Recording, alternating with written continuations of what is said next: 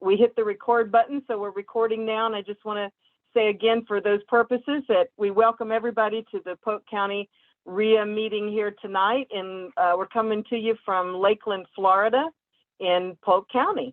And tonight we're very excited about having our speaker, Courtney Fricke, and I want to give you a little bit of a heads up on Courtney. Good, bad, or ugly, here's the deal. You guys know Adrian, of course, who's usually here. He's out and about and gallivanting around, teaching all over the country. And he actually went out to New Orleans, Louisiana, not long ago, and spoke there at a REIA. And come to find out, Courtney Fricke is running that REIA and doing a great job. And he couldn't wait to come back and tell me. He said, Liz, man, you got to meet Courtney. She is awesome. She's amazing. She's got some great stuff to share. I hope we can work her into our world anytime soon to speak and share with folks. So I got on the phone, Courtney and I got to connect, and I agree with him. She's so down to earth. You guys are going to be so lucky. I want to tell you just a little bit about her. She's been investing since 2014, I believe, and she's flipped or owned over 150 properties in the greater New Orleans, Louisiana area. Now, that's no small feat. This is somebody who's like on it. So since her start, she's not just done one thing or two things. She was talking to Paul McConnon earlier in our group, and he was saying, well, now what's your jam? You know, what do you do? And she said she does it all. And I think she's right. She's flipped. She's held rentals, wholesaled. She's developed. She's bought and sold with owner financing.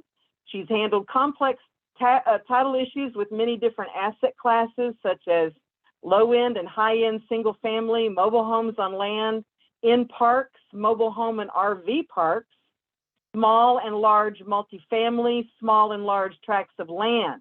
I mean, so you can tell she's very well-rounded.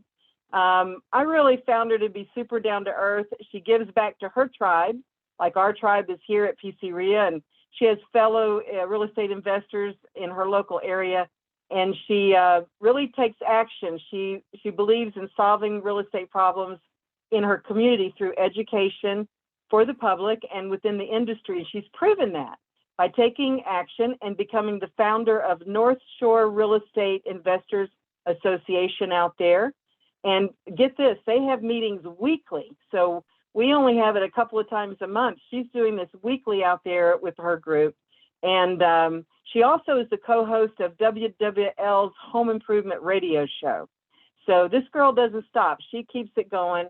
And tonight, she'll be talking about multiple ways to profit from people knowing that you do the deals and being able to make money no matter what comes across your real estate investor desk. So you're going to learn Courtney's way of doing more deals without having to cold call sellers, without having to send out direct mail or put out bandit signs. So we are super excited. Courtney Fricke, welcome. Everybody help me welcome Courtney. And Greg, can you take the banner off there for us, if you would, please? Greg Martin, can you take the banner off for us? And we're going to do some computer sharing with Courtney as soon as she's ready. And Greg, you're going to take the banner off there. There you go. Okay, thank you. Yeah, welcome, Courtney. Hey, hello. Hey, everyone. Hey, first of all, Liz, Greg, and even Adrian, thank you guys for having me. I know that y'all's family here is, you guys get to hear from some of the best. You guys don't, sometimes maybe I think that the local people maybe get used to it, but nonetheless, I really enjoy the community of the real estate investors in Florida. So I don't know. Nonetheless, I'm thankful to be here. Liz, yeah. I appreciate it connecting with you as well. You're very welcome. And listen, Courtney, I didn't ask you this before, but do you like people to ask you questions during your talk, or would you like them to save the questions till the end, or what would you like? You know, we've got some time. So I actually spoke at another REIA last night, but it was in person. And it was one of those things where I did have to cut off questions in the middle because they wanted me to finish a deal. But then, but it was like a 30, 45 minute type REIA for the speaker. So, but we've got some time here. So Yeah. I'm okay with questions during, and so bring them on. Okay, sounds good. And just a reminder to everybody, if you've got questions, but you'd rather not say it publicly or a little nervous about it, not sure, whatever that is, know that you can put a question over in the chat, make it direct to Greg or to myself, and we're going to make sure that your question gets answered before the end of the night. We'll ask it for you. So, Courtney, you know, where do we get started with you? You've done so many things. Man, I can't wait to hear what you're up to. Well, I'm looking forward to sharing tonight. So usually I don't always get the visual component here. So having a PowerPoint tonight, I'm looking forward to sharing some things with you guys. I have a handful of deals I'm going to break down for you, as well as some tactical parts, but there's also going to be a part of tonight that is mindset based. So Liz, if it's okay with you, I'll go ahead and kind of get the ball rolling. Absolutely. Let's do it. All right, I'm gonna go ahead and share my screen. I am not the techiest, but we figured this out earlier. All right, can you guys see this? See the screen? Yeah. All right. Yep, we got it. We got it. So tonight, you guys know, what I want to talk to you is about becoming the local deal maker. At the end of the day, whether you're, you know, a flipper or a wholesaler, you know, whether you are buy and hold, whatever that may look like, development, Airbnb, I mean, you name it, there's a ton of us out there, whatever they may look like, at the end of the day, can you put deals together? And do people know that about you, right? So here are 3 deals. So first of all, one of my companies is called Deep Roots Property Solutions. That is one of our logos, and we put it on all of the photos. I'll tell you guys about a closing I did this morning. Fun tip here. There is a free app called Canva, Canva, and I can do that on there. My niece, who's 17, can do it in like a minute flat. It takes me a little bit longer, but we just put a different picture in there. And every time we do a closing, we put this up on our social media. And so we had some closings today, so these will be going up there, as well as us sharing about, you know, what happened, what type of problem did we solve? Because we find that when we tell the story, people relate. So tonight, what I want to do is I want to bring you through the process of how 95% of my deals, I get them. And whether that is a deal that I'm going to wholesale, a deal I'm going to flip, a deal I'm going to buy and hold, whatever that may be, they're coming 95% of the time from word of mouth.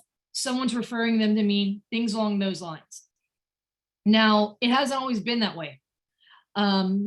I know that Liz shared a little bit of my story. I got started in 2014, and I'll share a little bit more here in a second. But let's go ahead and show you here. So this is a little bit of my story. Fun fact, not big one for selfies, but this makes me feel like that was the situation. So the top story, the top photo up here, the story with that one is, my background is I didn't go to college. Instead, I actually did nonprofit work. This was when I first got introduced to working with this nonprofit. I went overseas to Thailand. I'd gone to various different countries. I've been to over 20 different countries doing different nonprofit type strips. So I actually worked for a nonprofit for 3 years in Texas, came back home, and moved over to Thailand for a year in my early 20s. So that's a little bit of my background.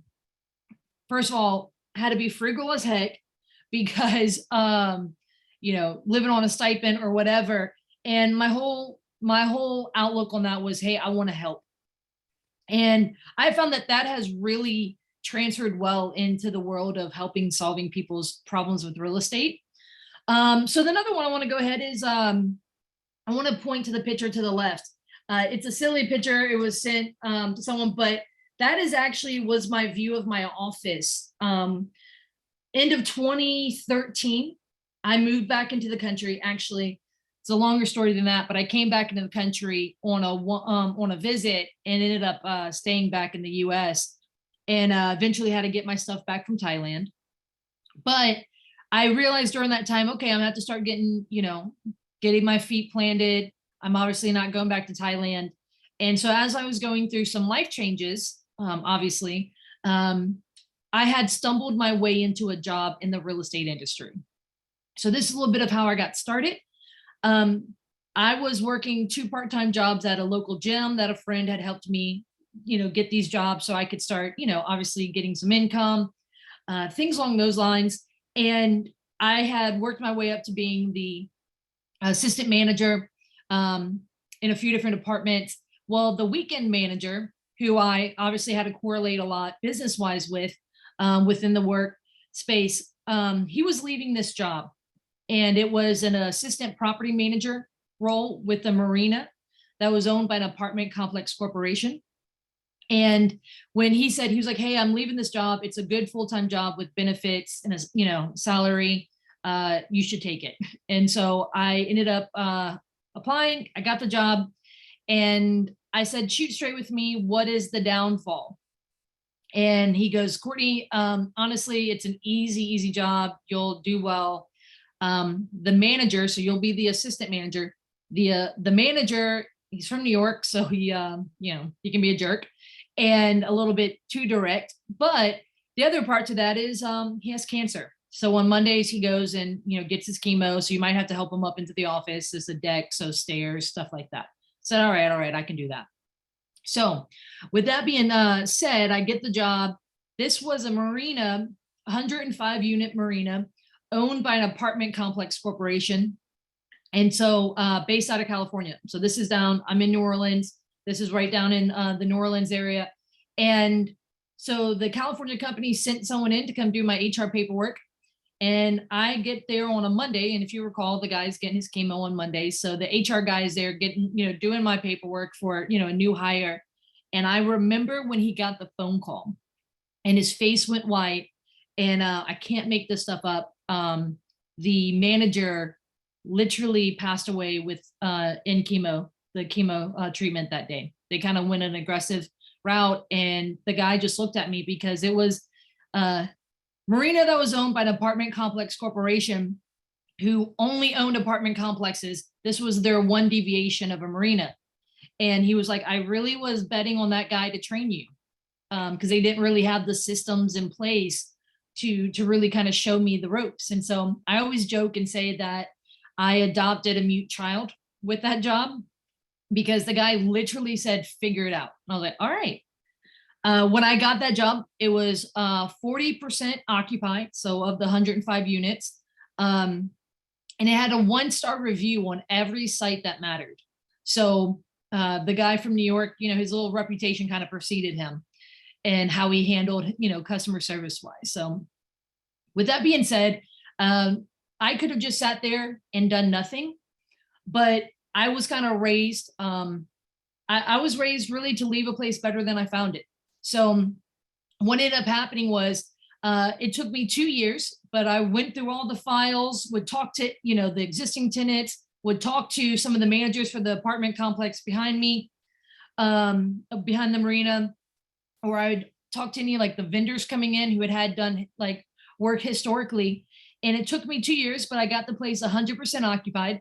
And I actually did some value add. I added some additional spots at the marina. I'd call corporate. I'm like, hey, there's some dead spot here, on the bulkhead that's not being used, or on the docks. Can we turn that into, hey, if I order, this and that, can I create additional slips? And so I did that. And enough to the point where the president of the company flew in from California, and he was like, I've got to meet this gal. Who is she and what is she doing? Because this was one of their worst performing assets. And then after 2 years of getting it up and running, not only did I get it 100% occupied, but I got it on 5-star reviews on all the sites that matter. We were now sponsors of the local regattas, all of those things. And I remember that process happened. And then not long after that, they put the marina for sale. So, what you're going to do. But I had 2 mentors during that time. You can actually see there, at the marina, I would go and rent a Home Depot truck. I'd get all the lumber, and I just didn't want to sit still after I filled up the marina. So I resurfaced 75% of the docks. I just go out there. I got some great tans, and this was all, between 2014 and 2017 time, around that time, where I was doing this and my salary barely ticked up, anything along those lines. But I had two mentors during that time that I'm so thankful for. One of them, we had a guy bring in a 50-foot yacht to sell. And so he was renting a slip so he kind of easy access to the lake to show clients the boat. And what I asked him was, hey, is this the second best day of your life? The first was when you bought the boat. Now it's when you're selling. He said, no, I just put a 70-footer behind my house. I said, at that time, I was really starting to ask some major questions here about, the trajectory of my life. Obviously, things with Thailand changed. I was now rooted in a job where I had a salary, had benefits, things like that. And I was like, okay, what do I want to do? And obviously this guy had some wealth. You couldn't tell, he came in wearing plain Jane clothing. And I said, do you mind if I ask what you do? And he said, I'm a landlord. And that guy would proceed to sit down and talk to me and share stories. At this point, I have the marina automated. It's running well. So now I'm bored. Remember, I resurfaced a large portion of the docks because, the business was doing well. He would leave me books in the dock box, Rich Dad, Poor Dad, some books on Section 8, various things like that. And we would talk shop. So he really was someone who introduced me to when I was starting to ask about, hey, I didn't want to depend on the government for retirement. I didn't really want to go climb the corporate ladder. So I was really trying to look at what I wanted to do. For me, this became an opportunity where I really started to study wealth building, and obviously real estate was one. But I had a second client, tenant there. He actually bought a $200,000 sailboat from Houston. He had bought it in my marina and moved on it. And at 50 years old, he retired himself. He was an executive with BP Oil, and he was actually one of their acquisitions managers who would oversee, the acquisitions of large assets. So he taught me a lot about business. Fun fact, we actually made an offer in the marina together. In hindsight, I'm very glad it didn't go through, but he taught me a lot about like valuation. And I remember one day he said, Courtney, you don't understand what you did for this marina when you turned it around. I took something that was a failing asset, turned it around, and obviously drew the value of the property up that the company listed, they listed it for sale. So the picture to the far right, that is during my time at the marina. So I got in the industry in 2014. I started looking at various different, opportunities. Can I start doing property management on the side for, not boats and marinas, but like, individual houses? Like, what can I do to learn more about this real estate part? But obviously I was not in any place financially. And it was during that time that I bought my first property, this condo here. It was a 1-bedroom, 1-bath condo. And at that point, I had moved back from Thailand. I had moved into my mother's house. I did not want to be the stereotypical millennial living at home. So I said, I need to find, a path forward. And I didn't want that to be forever living at mom's house. So what was that going to look like? And at the time, I didn't really have much credit at all established. I had zero debt. So I started studying, and I started talking about, what I was looking at. And I was trying to be creative. I was frugal. So I'm like, well, maybe I can, go buy an RV and live in one of the nice places until and flip the RVs until they get greater in value. And then I'll have enough money to buy a house. This is me just trying to figure it out, because I didn't know how you could buy a house if you didn't have money. Thankfully, I know better now. Right. But so this is me things. And I remember my mom's eyes were as big as saucers when I said I was going to live in an RV. This was back before it was cool like today. So what I actually did was, so I just started talking kind of through it. And long story short, my aunt was a realtor. She was like a part-time realtor at the time. I didn't even know she had her license. And she went ahead and the marina was tied to a condo complex as well. It was a part apartments, part condos. And so I had very much had a baptism by fire with a condo experience, being one of the managers there. And she said, look, I know you're not really big on condos because of the marina, but there's a condo where your cousin, her son, lives that just came on the market. And your dad was telling me about your plans, basically, honey, stay out the RV park, come take a look at this, and maybe we can figure something out. It was a short sale that had just gone listed on the market that day. And I remember there was a bidding war. Long story short, I ended up offering on it. And I was at that point able to win the deal. In the day, it took us 6 months, just about 5 and some odd days to close on that condo. Now I bought it for $40,100. And that 100 is a nice, I don't know, whatever it did, I think it scared the other buyers, because I remember hating being in a bidding war. And, but nonetheless, bought this condo and I actually moved into it. I ended up, the capital wise, I actually had an inheritance coming and they agreed to give me that inheritance early. In the form of a loan that would be, we'd work through that whenever they passed. So restructure it. So I was able to get into this. I used Home Depot credit cards, the same as cash, 24 months, same as cash, 0% interest, to do the work. And my brother-in-laws, anyone that would show me how to do anything, they came over and they showed me, and I did 95% of the work myself. It cost me about $5,000 to renovate the place. And that was my first deal. So I lived in it, and I actually sold that property earlier this year and doubled my money. And y'all, I remember when I first bought this house, it was the bee really stung me, because at the end of the day, when I saw what it was worth after I had done that work, I just was like, how can I keep doing this again and again? And so at the end of the day, this was how I got started. This has been my background between the W-2 job that I didn't realize I was gaining a skill set through my background with the nonprofit work and through that first deal. But now looking back on it, I realized that very first deal, I found it. Yes, it was on the MLS, but it came to me because someone knew what I was looking for.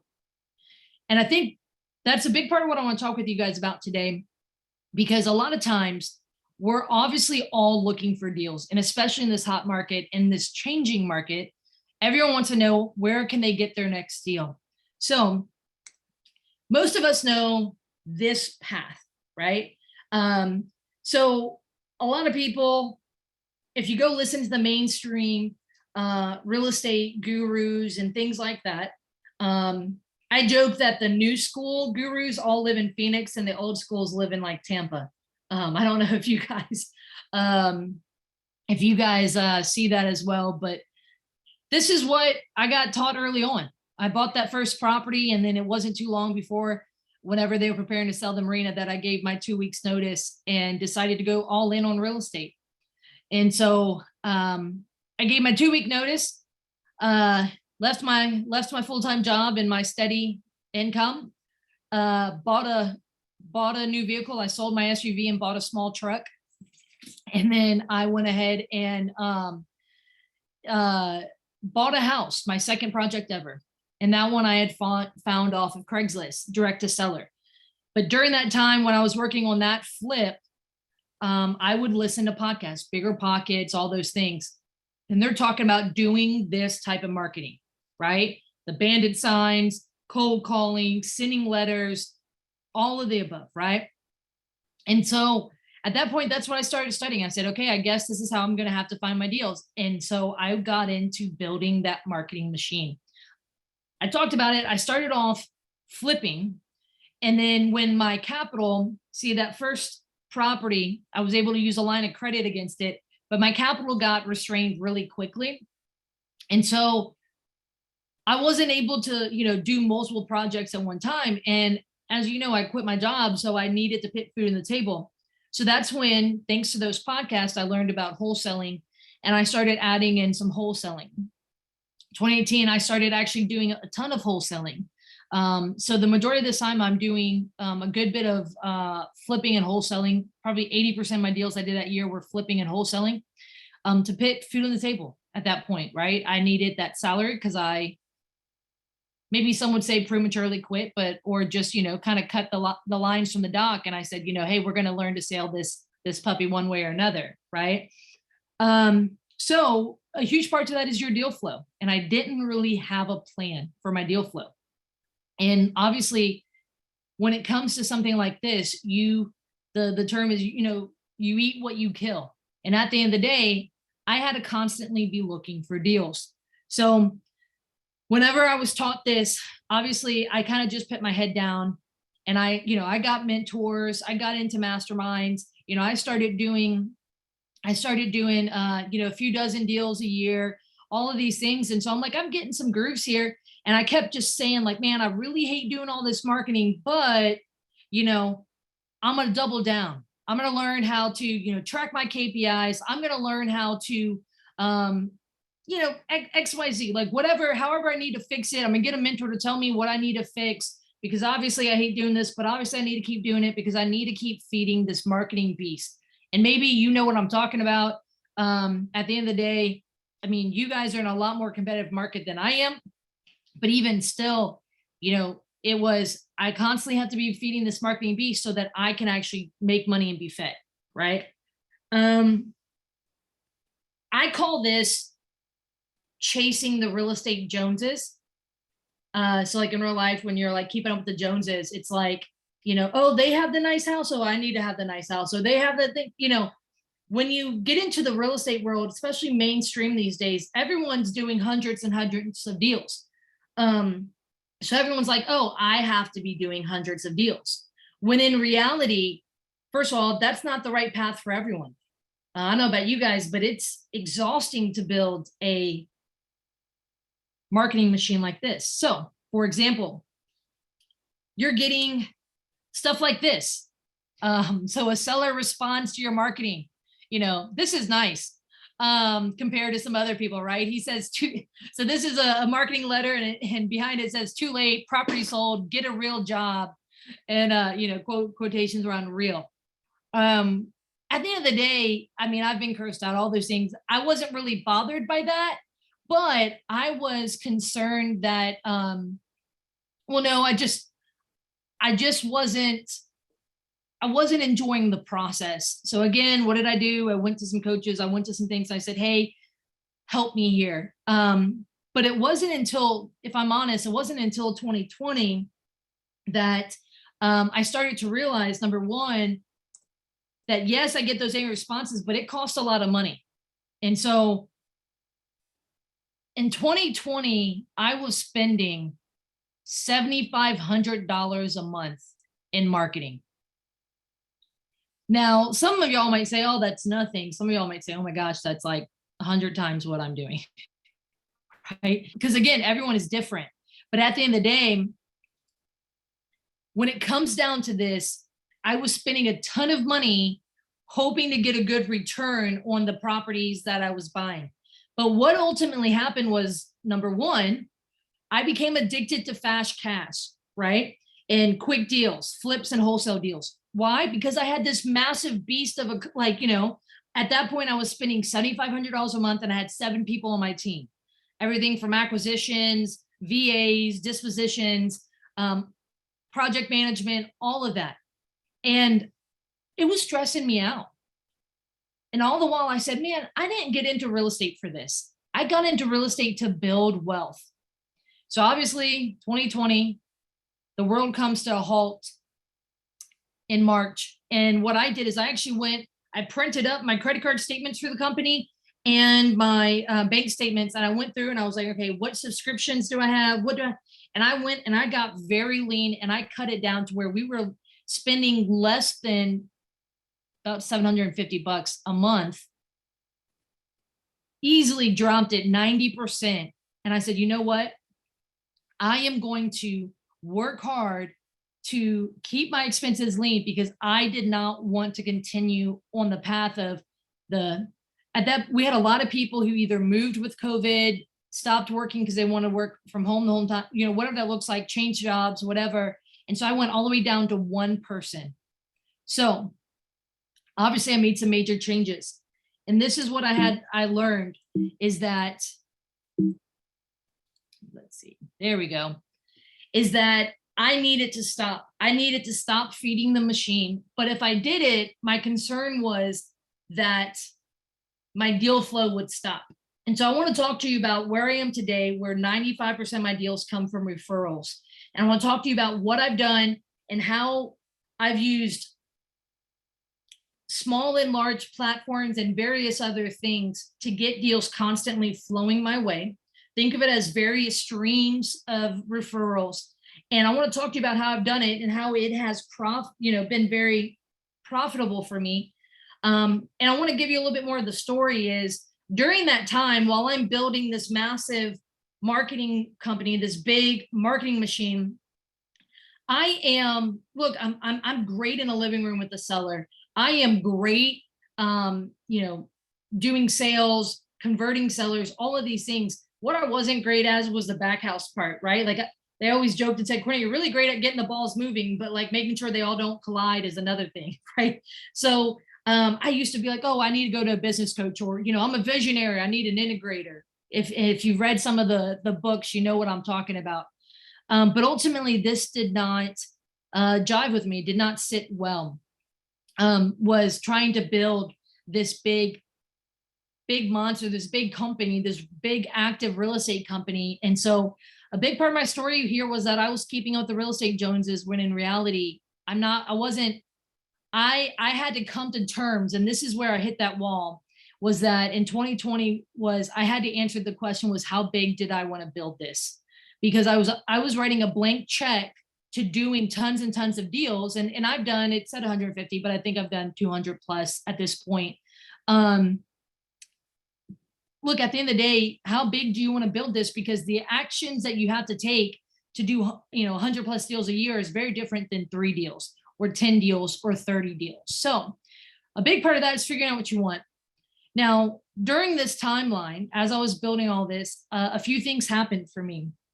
And I'll talk to you more about them in a bit, but I started the REIA during that time, mostly because I selfishly wanted to talk shop with other people. Also during that time, I got invited to be on the radio every weekend, and I'll share more about that here in a bit.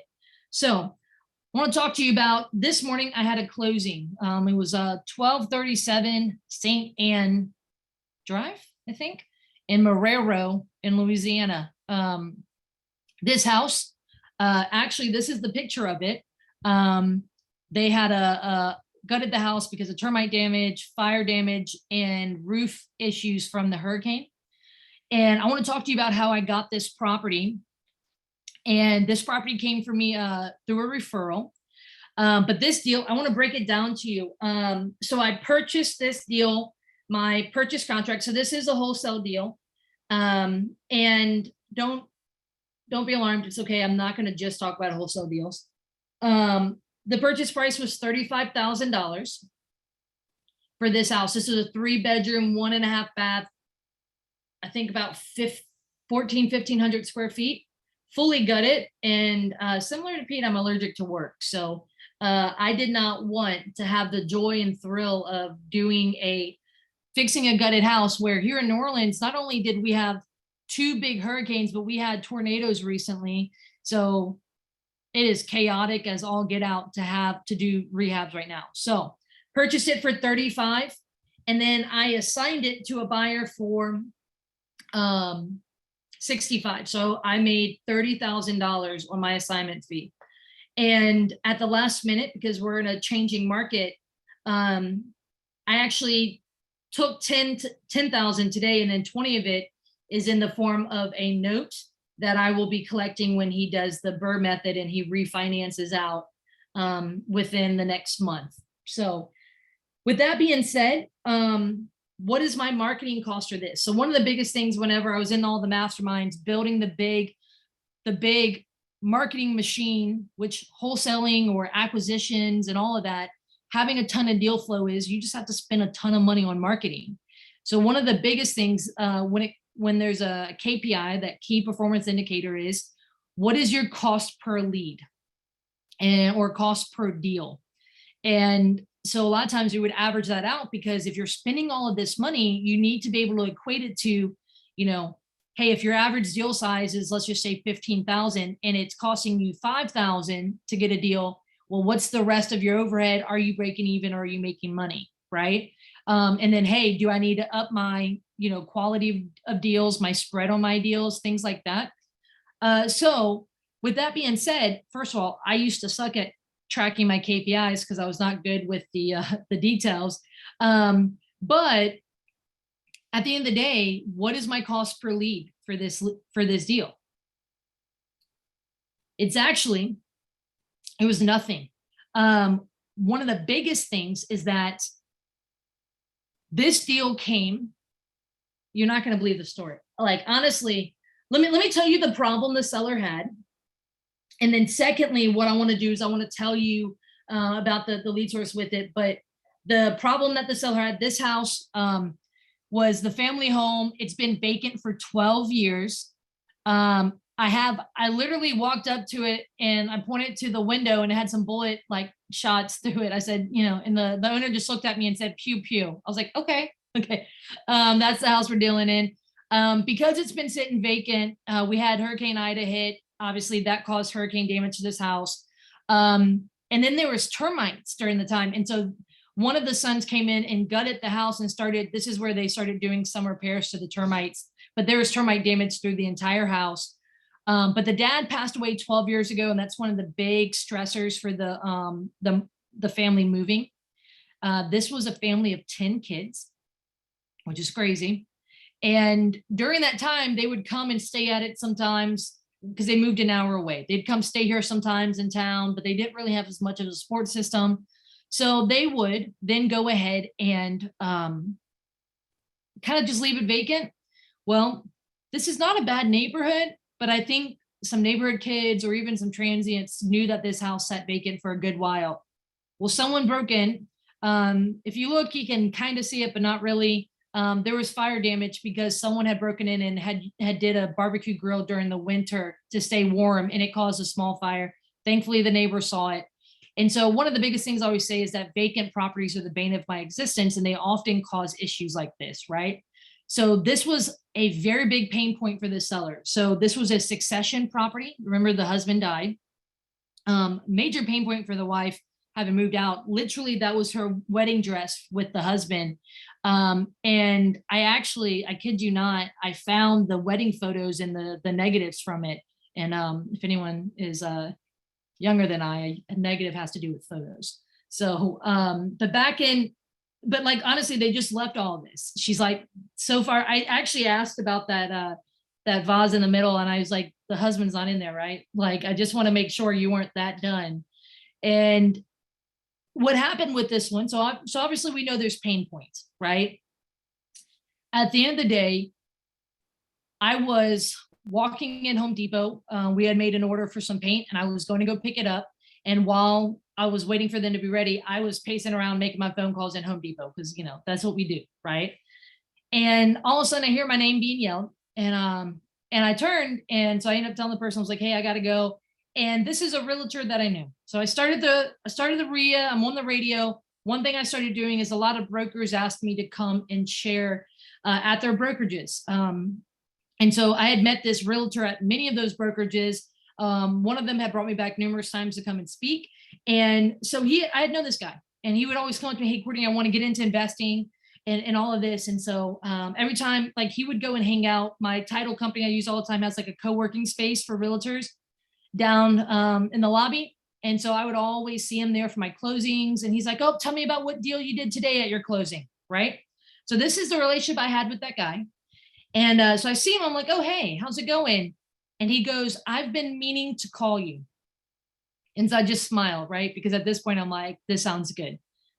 He said, hey, I've been meaning to call you about a family property of mine, and I need to find a solution. And obviously you came to mind. I kid you not. So the son's a realtor. And so within 2 days, we actually drove to the area where the house was. And I said, man, we've got to talk more. We ended up going to lunch before the walkthrough. I said, let's go eat. We went and picked a restaurant. We went and sat. And I said, man, why aren't you're wanting to get into investing? I knew it was going to be a gutted house. Why aren't you doing this? And so he's 1 out of 10 kids, if you heard me say that earlier. I cannot make this up. His other brother is a contractor. And on top of that, there's a third brother who's a commercial lender. And I'm like, I'm not going to call you the three stooges, but you guys have all the makings to do this deal. What are you looking for? Do you need guidance? What do you need? Like, are you just afraid to pull the trigger? And ultimately, there's just so much pain associated with this house that they didn't want to do it. It was too far from him. It was too big of a first deal, all of those things. I said, okay, fine. I said, but you're a realtor, just list it. You'll get more than having me buy it. And this may sound, some of you guys like, Courtney, that's crazy, just close the deal. No, because I come from a place where I want them to make a good financial decision for their family and I want to help them. And so I said, look, why don't you just list it as is? He said, no, Courtney, it's too convoluted. I don't even want to touch it with a 10-foot pole. I said, all right. I mean, if you're going to put money in my hand, I'll close it. But all right, let's go look at the house. So obviously, at the end of the day, you guys heard the numbers earlier, but what were my marketing costs for this, right? It was nothing, right? And so my cost per lead here was 0. If anything, it cost me relational capital, right? Sowing into relationships where he trusted me with, I mean, obviously as a realtor, if he can't help his family with a property like this, I mean, there could be some shame around that, right? So this deal, how many of you guys would love to have a deal like this? Maybe some of you guys, I don't know how many of y'all do wholesale, flip, Airbnb, rentals. I heard some people doing mobile homes and stuff like that. But the reality is this is what a lot of my deals look like. So I want to show you this. So there's a fun part here where, oh, that jumped up. So this is a fun part. I'll let you guys in on a little secret. I got contacted, and I'll tell you about another thing is I got asked to be a part of an article. And they're like, hey, we need one of your projects to do the photo shoot in. And so we went into this house and did the photo shoot there. And I hate doing like stuff like that. Obviously, you see me wearing the hat. Don't worry. The second half of the photo shoot included me wearing the hat because most people aren't going to like recognize me like this. But the reality is this house, not only did I make money on it, but we got to use it as a set for this article. Because to be honest, I don't like rehabbing. So I try to not have projects like this. But that's what everyone thinks of when they think of me, right? They think of me hanging out at gutted houses all day long, swinging hammers or telling people to swing hammers or whatever, when in reality, that is not what I do. So what about when a deal is difficult to move? So this is an example of deal. I'm going to give you guys 2 more quick examples of deals here. And then I'm going to break down exactly how you can do this for yourself. My goal here is for you to find some action steps by the end of the night. And if you guys have questions, you're welcome to put them in the chat box. And maybe Liz, if you want to like interrupt me, sometimes I've been looking at the chat box, but I'm sure I'm going to miss it. Okay, you got. All right, so is this good? Is this helping you guys here to some, seeing some of the inner workings of it? I want to break down this deal, and I'm looking at it because I have it on my laptop over here too. So basically, there's so many times where investors, they come across, whether it's because of lack of experience or lack of creativity, lack of knowledge, lack of money, lack of whatever. Sometimes there's just deals that are difficult to move. And so one of the biggest things is I always joke that when it comes to the C, you know, in Courtney, the C stands for complicated, or the C stands for creative.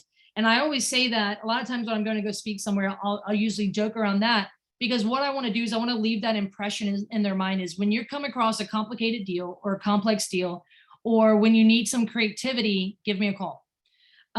So this was a deal that a virtual wholesaler, so someone from out of my market, reached out to me, and they messaged me on Facebook Messenger, and I'll talk to you about why they did that. But what they did was they had a deal that was, they could not move it. And they're like, hey, we really think that this is a good deal. We don't know why we can't move it. And everyone is pointing us to you. So this is an old post thing here, but Bigger Pockets, a lot of you guys know about Bigger Pockets, but they have a forum, right? Bigger Pockets is a bit of a mecca, especially for beginner investors, but their forums What I do is I go on there and I actually, every Tuesday, it's in my calendar to go and respond to posts, especially post about stuff within my region. They have a fun like tip where here's a tip where if you go on there, you can actually set keywords to be like Lakeland, Florida, or whatever, Polk County, whatever that looks like. And you can actually get alerted whenever someone is messaging about that in the forums. And a lot of times what I do is I'll go in there. Sometimes it's like people are just introducing themselves. Hey, I'm a new investor, this or that. But if you just go in there and search, you can see all the past ones as well. So obviously 323 posts, it's a lot of responding. I don't do as much as I'd like to. But this holder said, Courtney, you're everywhere. You're on the Facebook groups. Everyone says, oh, you need to talk to Courtney. And that's what I love. I love being out there so everyone sees my name and things like that. So he reached out to me Facebook Messenger. He said, hey, I have this deal. I can't move it. And I said, man, I've done a dozen deals in the last 6 months to even like a year in that neighborhood. It is a rough neighborhood to do deals in because it's kind of the hood. It's the hood trying to not be the hood anymore, but it's struggling. So there's just not as many buyers there and people don't often get the numbers right. So what it was is that it was 2 houses on, if you look right here, the first house in the front, the back house had an easement where you can come and park on it. It was 2 houses on one lot, grandfathered in, and the guy could not find buyers for it. So I said, okay, send me your photos, send me your numbers. It's most likely numbers. Let me run through it. And he's like, I haven't been in the property. I'm like, all right, well, who did you send? I was like, okay, I get it. You're virtual, but who did you send to go look at it? He's like, no one. I said, did you ask the seller to send you photos? No. I said, how did you know how to get it at? He said, I don't know. And so I realized this guy's a lot newer. He said, Courtney, if you could get me some money and just be done, I just want to wash my hands of this. And, if you can figure something out, just kick me back something. All right. So I started marketing. So this is part of our marketing material here. Fun fact, again, you can do it through Canva. This is a picture from the GIS, the tax assessor in my area. And we marketed this on social media. And duplexes are not that easy to find in my area, or when they do, they go very quick. So one of the things we marketed was, hey, if you can't find a duplex right now, here's one. So what I did was I started marketing it, but both houses, after I got inside of them, had major foundation issues. And this was one of those situations where I found that between it being in the hood, but then major foundation issues, and this was also, these were during COVID, the buyers were not chomping at the bit, even though it was at a good price. And I knew it was a good price because, again, I had done multiple deals within this area. So what I ultimately did was I actually, and I have not liked being on camera, but I actually did a video of myself at the property. And what I talked about was this mindset principle that you can solve just about anything with a checkbook. And so then what I did was I actually had a foundation specialist come out and give me quotes on these. So I said, hey, this is no longer some fictitious big monster. Here are some actual numbers on how you can fix it. And I broke down the numbers for people doing the deals on a Facebook Live. And I shared it. And then I started having buyers pop up left and right. I had actually also sought out some people who I knew had construction backgrounds or things along those lines. And I've reached out to them, and ultimately here, I ended up getting a buyer.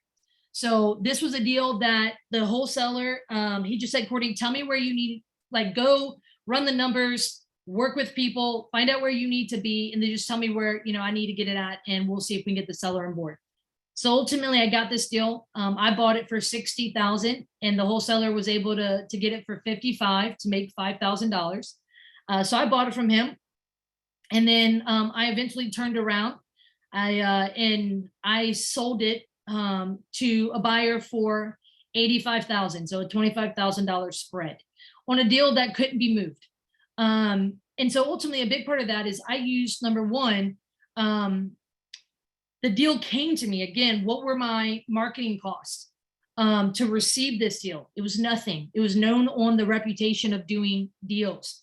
And so this here was a deal where not only did I use, things like social media and other things to get this deal, but I used it also to sell it well. So this was one, again, zero marketing costs, and this one was a $25,000 assignment. So, and I want to share one last deal with you is what about when you're going to a new market? Because the reality here is my mindset has always been, I want to be an inch wide and a mile deep, right? Like I just want to be very focused. Adrian does really well with this, with his buy box being very small, right? And so a huge part here is my concern. Earlier, Greg was talking about this here in Louisiana. I mean, obviously we had hurricanes, we've had the tornadoes, like we've had various things. My concern was all of my portfolio being in one area and being very prone to, a major storm hitting. So I was like, look, what if I start buying in another market, but I'm so dependent now on my reputation in this market to get deals. How am I going I just started thinking and I was afraid, how was I going to get deals in another market? So I started looking. Both of my parents are from Mississippi, and ultimately I decided on a market that was 45 minutes to an hour away from home. So not too far, right? And my reputation still would kind of reach out there. The radio show reached out there. And I'll tell you more about the radio show in a bit, but that was a live call-in show, so it reaches out there. And many people would attend my REIA from there, and I would attend the REIA out there. So there was a lot of crossover. So I was like, okay. But what does this look like with deals? So I had someone from, ultimately the guy calls a bandit sign, the seller, and he goes, do you buy mobile homes too? Because it said we buy houses, right? They weren't smart enough to say we buy houses and land. Like I saw one of you down there had it on yours as well. He goes, well, hey, I see that you buy houses. Do you buy mobile homes too? I'm like, well, of course, right? Like, what do you say? Yeah. What about a whole bunch of them in the same area? So of course it's like, yeah.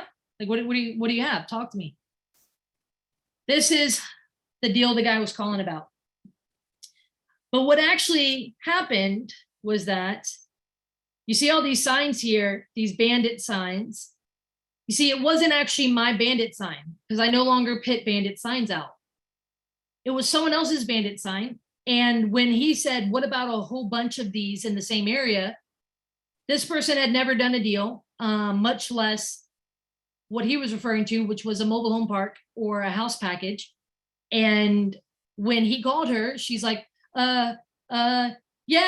And then as soon as she got information from him, she got on the phone and she called me. My phone rings, and this is the deal we talked about. So it was a mobile home park. So if you look, this is again from the assessment, but there's a mobile home park in the middle. It was in that highlighted section. I own everything else in that entire city block except for that highlighted section. So it is 22 park-owned trailers, 5 mobile home lots, like additional lots that can be rented, 1 additional residential lot. So if you see that highlighted one, exactly opposite of it is a lot that's a residential lot, and then it's 3 single-family homes. So this is the deal that the seller had called, I kid you not, a bandit sign about, right? So those of you who are looking to get into commercial, multifamily, anything like that is, look, when motivation is there, motivation is there. So he called that sign. She's like, Courtney, I don't even know the first thing to do. I said, look, if you trust me, what we'll do is we will work this deal. I will make sure you get your assignment fee, and we will figure it out. And to give you an idea, the numbers on this deal, I want to pull it back up. So I want to make sure that I am recalling the numbers correctly. The purchase price in it being $321,000. So this is actually in Mississippi, the Gulf Coast. It was $178,000 was the purchase price. That also included on top of that a $12,000 assignment fee to that wholesaler because I don't believe in biting the hand that feeds you. I also bought a laundromat that was a bonus. One of the other properties while I was buying this, I left a note on the door, and it was a laundromat within this little guy right here. And I bought that for $11,500. It's gutted. It's a cinder block building. I'm like, the cinder blocks and the land alone is worth more than that. The remainder of the 321,000, which is the loan that I got from a private money lender, was the rehab that was pre-funded. So all of that came from a private money lender, and I'm talking like a everyday individual. So that is less than $11,000. If you include the laundromat, not include that the land up here, but if you include the 5 mobile home lots, the 22 park-owned trailers, the 3 single-family homes, and then the laundromat, that's less than $11,000 per property. Which, yes, they're fixer-uppers. Yes, they were mostly boarded up, so you know it was a broken business, broken properties. But at the end of the day, this was a fantastic deal. The private money lender, if you remember this deal, the private money lender came off of this deal. And I'll give you a quick tip with that. And then I want to go into some techniques here. But with these houses, the sellers were they were landlords who wanted to quickly not stop being landlords. They should have never been landlords, and the hood is their issue. Well, they had owner financing on these 2 houses. And so I asked them, I said, hey, I'd like the number for where the person you got the owner financing from. I'd like to talk to him. Because what I wanted to do is I wanted to structure taking it over because they said he was, very involved, all of those things. So I called this guy. I learned really quickly that he hated having the seller financing on these houses because he wanted to be out of the hood, is how he kept talking about it. But that phone call was a 25-minute phone call, and he was having a terrible day in the stock market. And he made it known from the beginning of the phone call that he had lost a lot of money in the stock market that day. He was not happy. And but I said, hey, well, tell me this. Did you enjoy getting those payments from, the people who I was buying this from? He's like, yeah. And I said, well, do you want to keep getting those payments? Because, I can just, take this over and make those payments. He said, no, I hate owning in this hood. I want to, be done there. I said, so I'm listening. And I said, well, if your problem is the hood, if there was a house not in the hood, would you want payments on that? And he said, well, what do you mean? Right. So I built a relationship with him. Those 25 minutes, he was interested enough to talk more. High sales position type guy. We do one deal together on a flip deal that I had. He was so tickled to death on that one. And this was after getting to know him. What had happened was I said, look, well, how about this? How about I give you a call? I have some deals coming up. And he traveled for work. And so ultimately he said, hey, corporate's making me come in for something with COVID protocol wise. When I'm next in town, I'll reach out. I said, sure thing. We can go have lunch. We can talk, or I can show you some of the projects, or we just, get to know each other more, right? 25-minute phone call. We're wanting to get to know each other.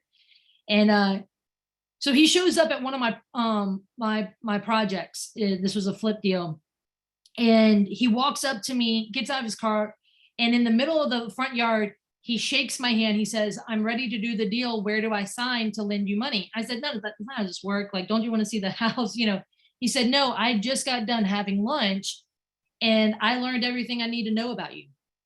He dropped a few names, and he said, I asked about your reputation. I asked about, this, that, and the other. And he said, everyone that I asked within the real estate industry said, don't hesitate to lend her money. She keeps her word. Right. And I had no idea he was doing that. Right. And so we did that one deal. He got treated very well.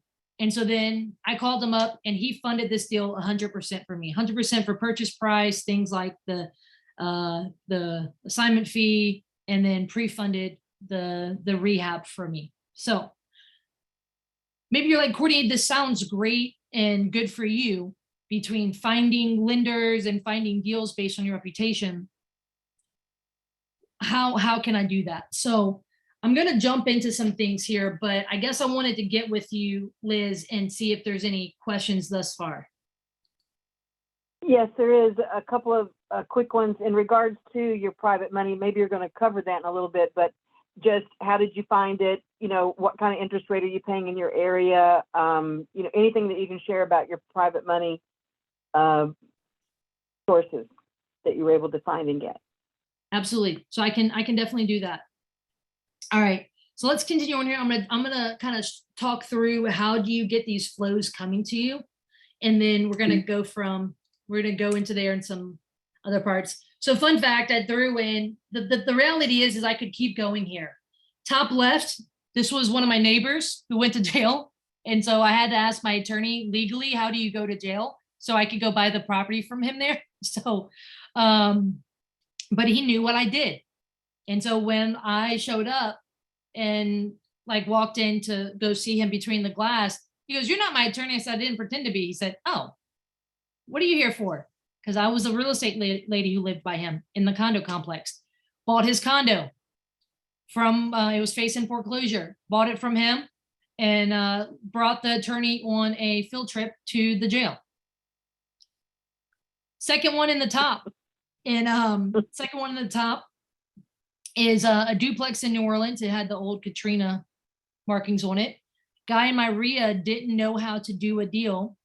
He had a motivated seller. He said, "Courtney, I don't even know how to do anything with it." They hadn't been in their side of the duplex that they inherited. They were 50% owners from their dad who died. And they hadn't been in it 16 years because of fighting with family.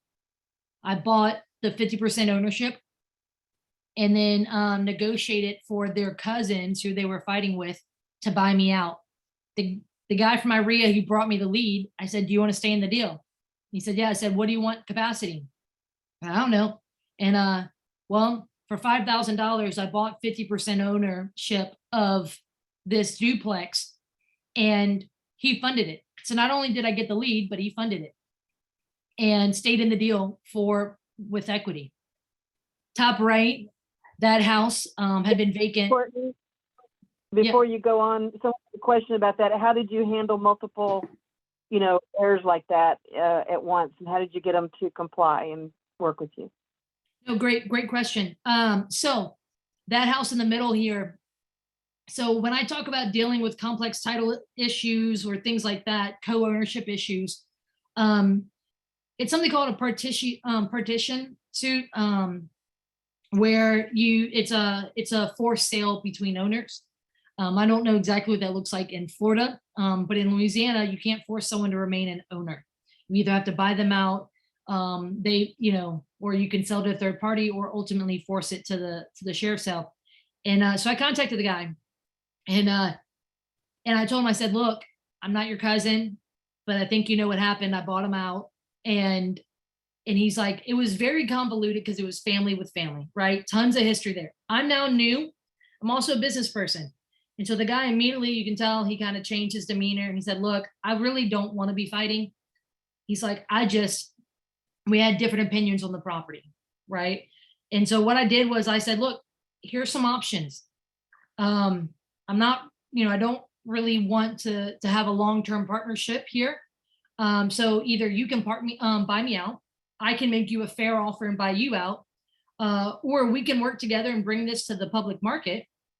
And I really like it if we don't have to bring someone in to mediate, aka an attorney." And he's like, "Yes, ma'am, I agree with that." So ultimately, those are the options. I've done about a dozen partition suits where most of them we negotiated something outside the legal systems, but I have had to do the legal process to actually force the sale. I don't like doing it, but it's like an eviction. It's like I want to give them every option up front to work with us and to not, as Pete calls it, go through the soul crushing court system. But some people aren't dealing in reality, and it's causing whatever issue to someone else. I mean, at that point, it obviously caused those other family members to have a large pain point. Does that answer y'all's questions? I think that helped a lot. Pete or somebody else, can you tell us in Florida, is that type of thing done here in Florida? I know partitions are, but is there forced sale or anything here in Florida? Because I don't know the rules on that. They do have partition in Florida. I've never been a party to one. I have bought out family members and then done individual deals with individual heirs, but I've never been a party to a partition. Yeah, I haven't either, and I don't know if we can force that, like what Courtney's talking about, because that's an interesting strategy if it was possible. So again, it is using the law. It's a licitation by partition. It's you see it a lot in the tax sale world, but you also see it among heirs, which this is the situation with heirs. I don't care to go through a ton with the attorney part, but most of the time, if you remove the relationships of the family members out of they then will start having it being less emotional. And then, like Pete said, you can do individual deals with people or whatnot. So, so that was one deal here. And I want to talk about these 5 deals here real quick, kind of like in a 30,000 foot, because I want to show you. Top left, this condo was an HOA foreclosure, and I was able to help stop the foreclosure here and buy this deal. This one, it was disgruntled co-owners, and was able to buy it by buying 50% ownership. Top right, this beautiful home, worth more than our average homes are on an acre. This house has been vacant. It's a 17-year-old house. It's been vacant since 2009. Because it had 2.2 million in liens against it when I came across it. And so I actually bought this property subject to all the existing liens and title issues. And I worked on curing title issues with it. I'm in the process of selling this property right now. And it is going to be a 6-figure flip for me. And I am not, this one's gutted. I'm not going to rehab it because I don't want to do that work. So, but I made my money curing the title issues, negotiating liens, and doing various cancellations of old judgments and things like that. So this deal came from me because someone on Facebook was moaning and complaining in one of those buy sell trade groups, or like one of the mom groups. And I'm not a mom, but I claim my dog, right? And they were complaining about this big indoor mall that is all but vacant in my area. There was some news article someone shared, and the person said, I'm so sick and tired of this mall. It's bringing down my property value. And so I didn't go and comment on there that I buy vacant houses, pay cash, 2-week close, you know. I went on there as a human instead of a transactional comment like that. I went on there as a human. I said, I'm from this, you know, born and raised here. I hate seeing this as a, you know, teenager. I went to that mall. But you know what? Because a lot of people actually tagged me in that post and that thread. And I said, you know, thank you for the vote of confidence, but I currently am not buying malls, nor do I think I will. But hey, never say never. Hey, although I know this is an issue that vacant properties do bring down property values, although I don't buy malls, what I do buy is the vacant house like this in your neighborhood. So reach out to me if you have that. And hey, I'm right there with you, brainstorming, wishing that someone will buy this and turn it into something functional, right? So as a human, I'm saying what my business model is, that I buy vacant houses, but I'm not being transactional. We buy vacant homes, 2 weeks, fast close, you know, as is, right? One popped into my inbox and said, this is right by my mom's house. I wish someone would do something like this. I ended up buying it, paid her a referral fee. Like I said, it's gonna be a 6-figure profit whenever I sell it. I'm on the tail end of selling it. Down here at the bottom left, this was a package of deals that wholesalers didn't know how to sell. No one was willing to bite. And because he didn't know how to do creative deals, he couldn't get the deal done with just cash. So I came in, I said, hey, if, you know, he called me, he said, I don't know what to do. I said, cash isn't working here, buddy. This has to be a creative deal. If I can make something work, are you good with me paying you a fee of whatever the deal can support? He said, yeah, this was about to be a dead lead. I said, okay. And the guy knew to contact me. I met him at a REIA. and stayed in touch. These deals were my first rentals.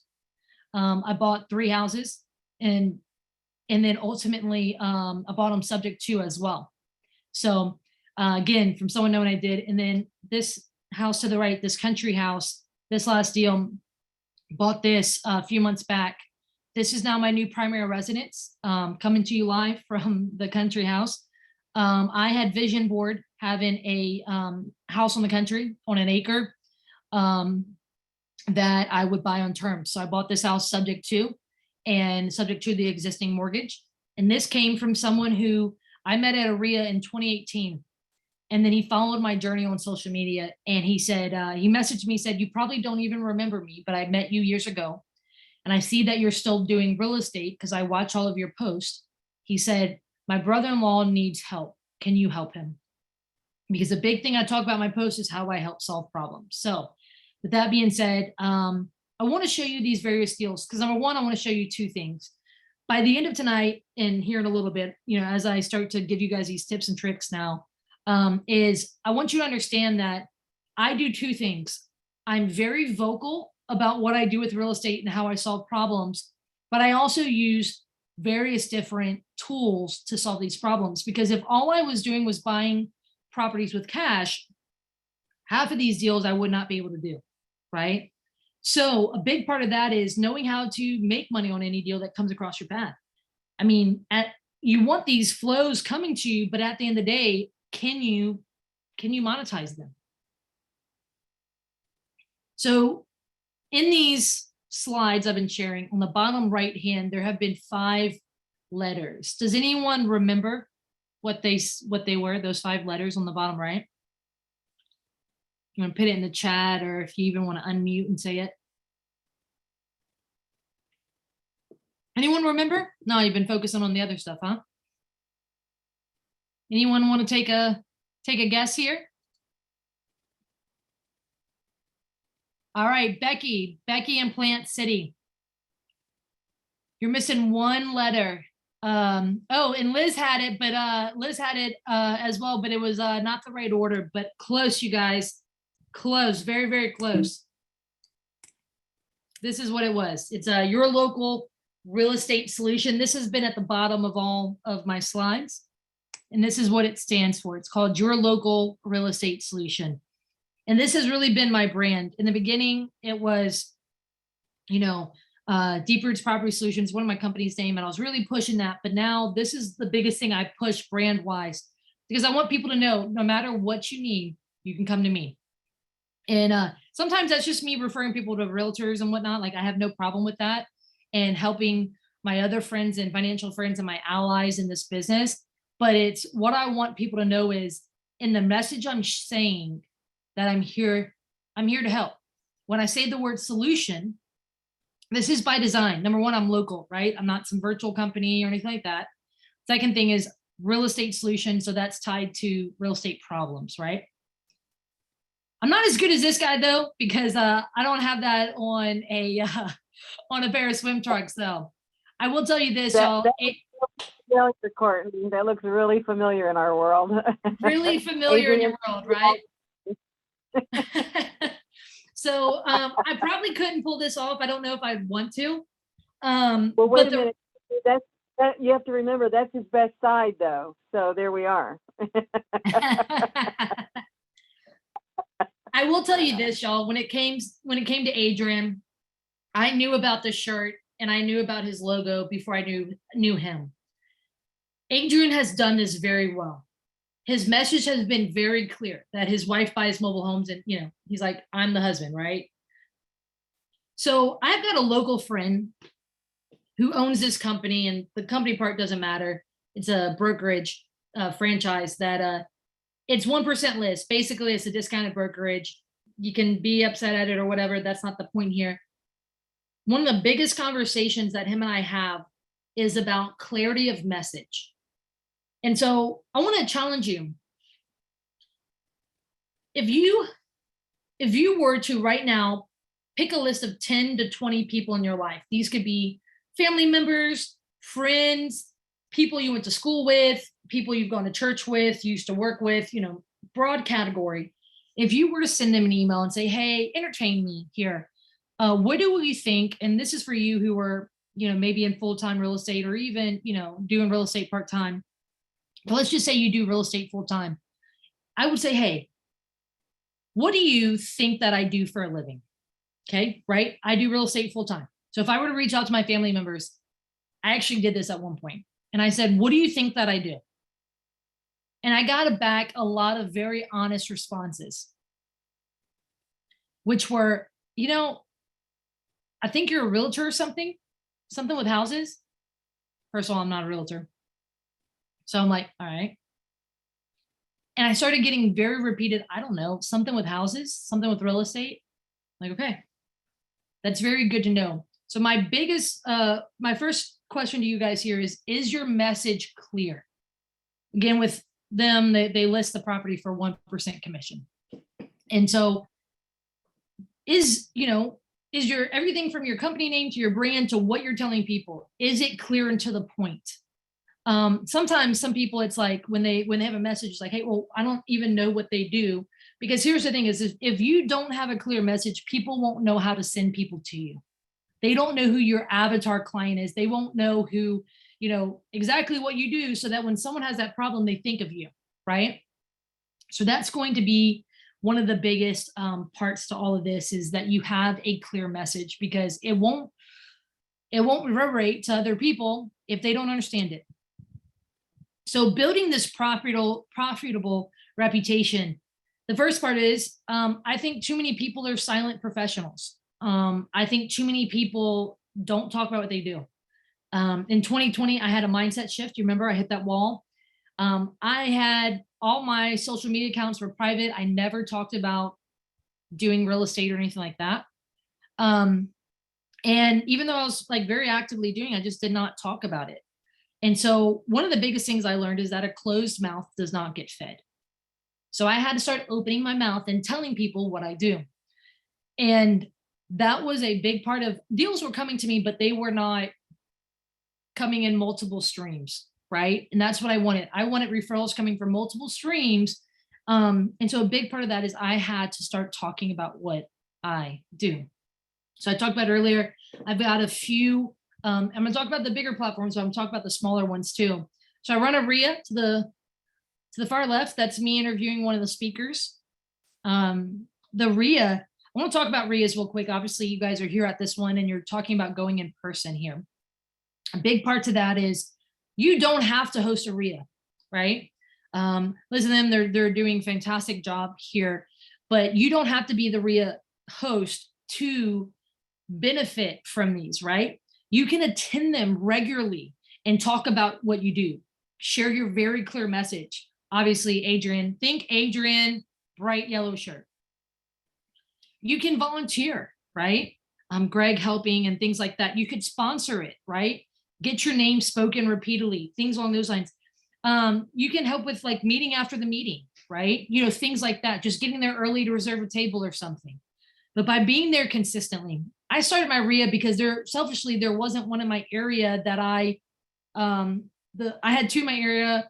One of them was very, very inconsistent. The other one was nothing but traveling salesmen with, the credit card machine in the back. And so I wanted somewhere we could talk shop, right? And so that's why I really started mine. So a huge part here is you don't have to be the host, but tell me this, most people underestimate their REIA. You could have things like the exchange meeting. The one in St. Pete is fantastic for getting deals. What are your marketing costs for that? Nothing. It's time spent. But how many of you are joining, exchange meetings or having once meetings for deals, right? And so a big part to that is most people, they want to just go swipe their credit card and say, I just want deals to flow my way. When in reality, there's a lot of things that you can do that can take your time and your effort that can pay you major dividends. Started this REIA back in 2018. We've had a few thousand people come through our meetings over the years. And one of them is this guy to the far right. I didn't know it then, but he is a household name here. He's on the radio every weekend. Every major metro market has a home improvement show where they answer live questions about, DIY projects, all of that. This guy is a 30+ year contractor, building science expert. He's been on the radio for 15 years, 16, 17 years now. He invited me a few years back to join him. He said, Courtney, I get real estate questions all the time. I need you to come on. I need it more than a realtor. And I didn't know who I was going to bring on. And so he asked me to come on every weekend. It's a 2-hour show. We have about 1 million listeners who tune in every weekend between, because it reaches from New Orleans all the way to the Florida Panhandle. It's also on, like they have apps and the online you can listen to. But we get a ton of phone calls every weekend. It's live, so for 2 hours. Oftentimes I'm at Pete's seminars or various ones, and I have to step out during lunch on Saturday to go do the radio show from my room.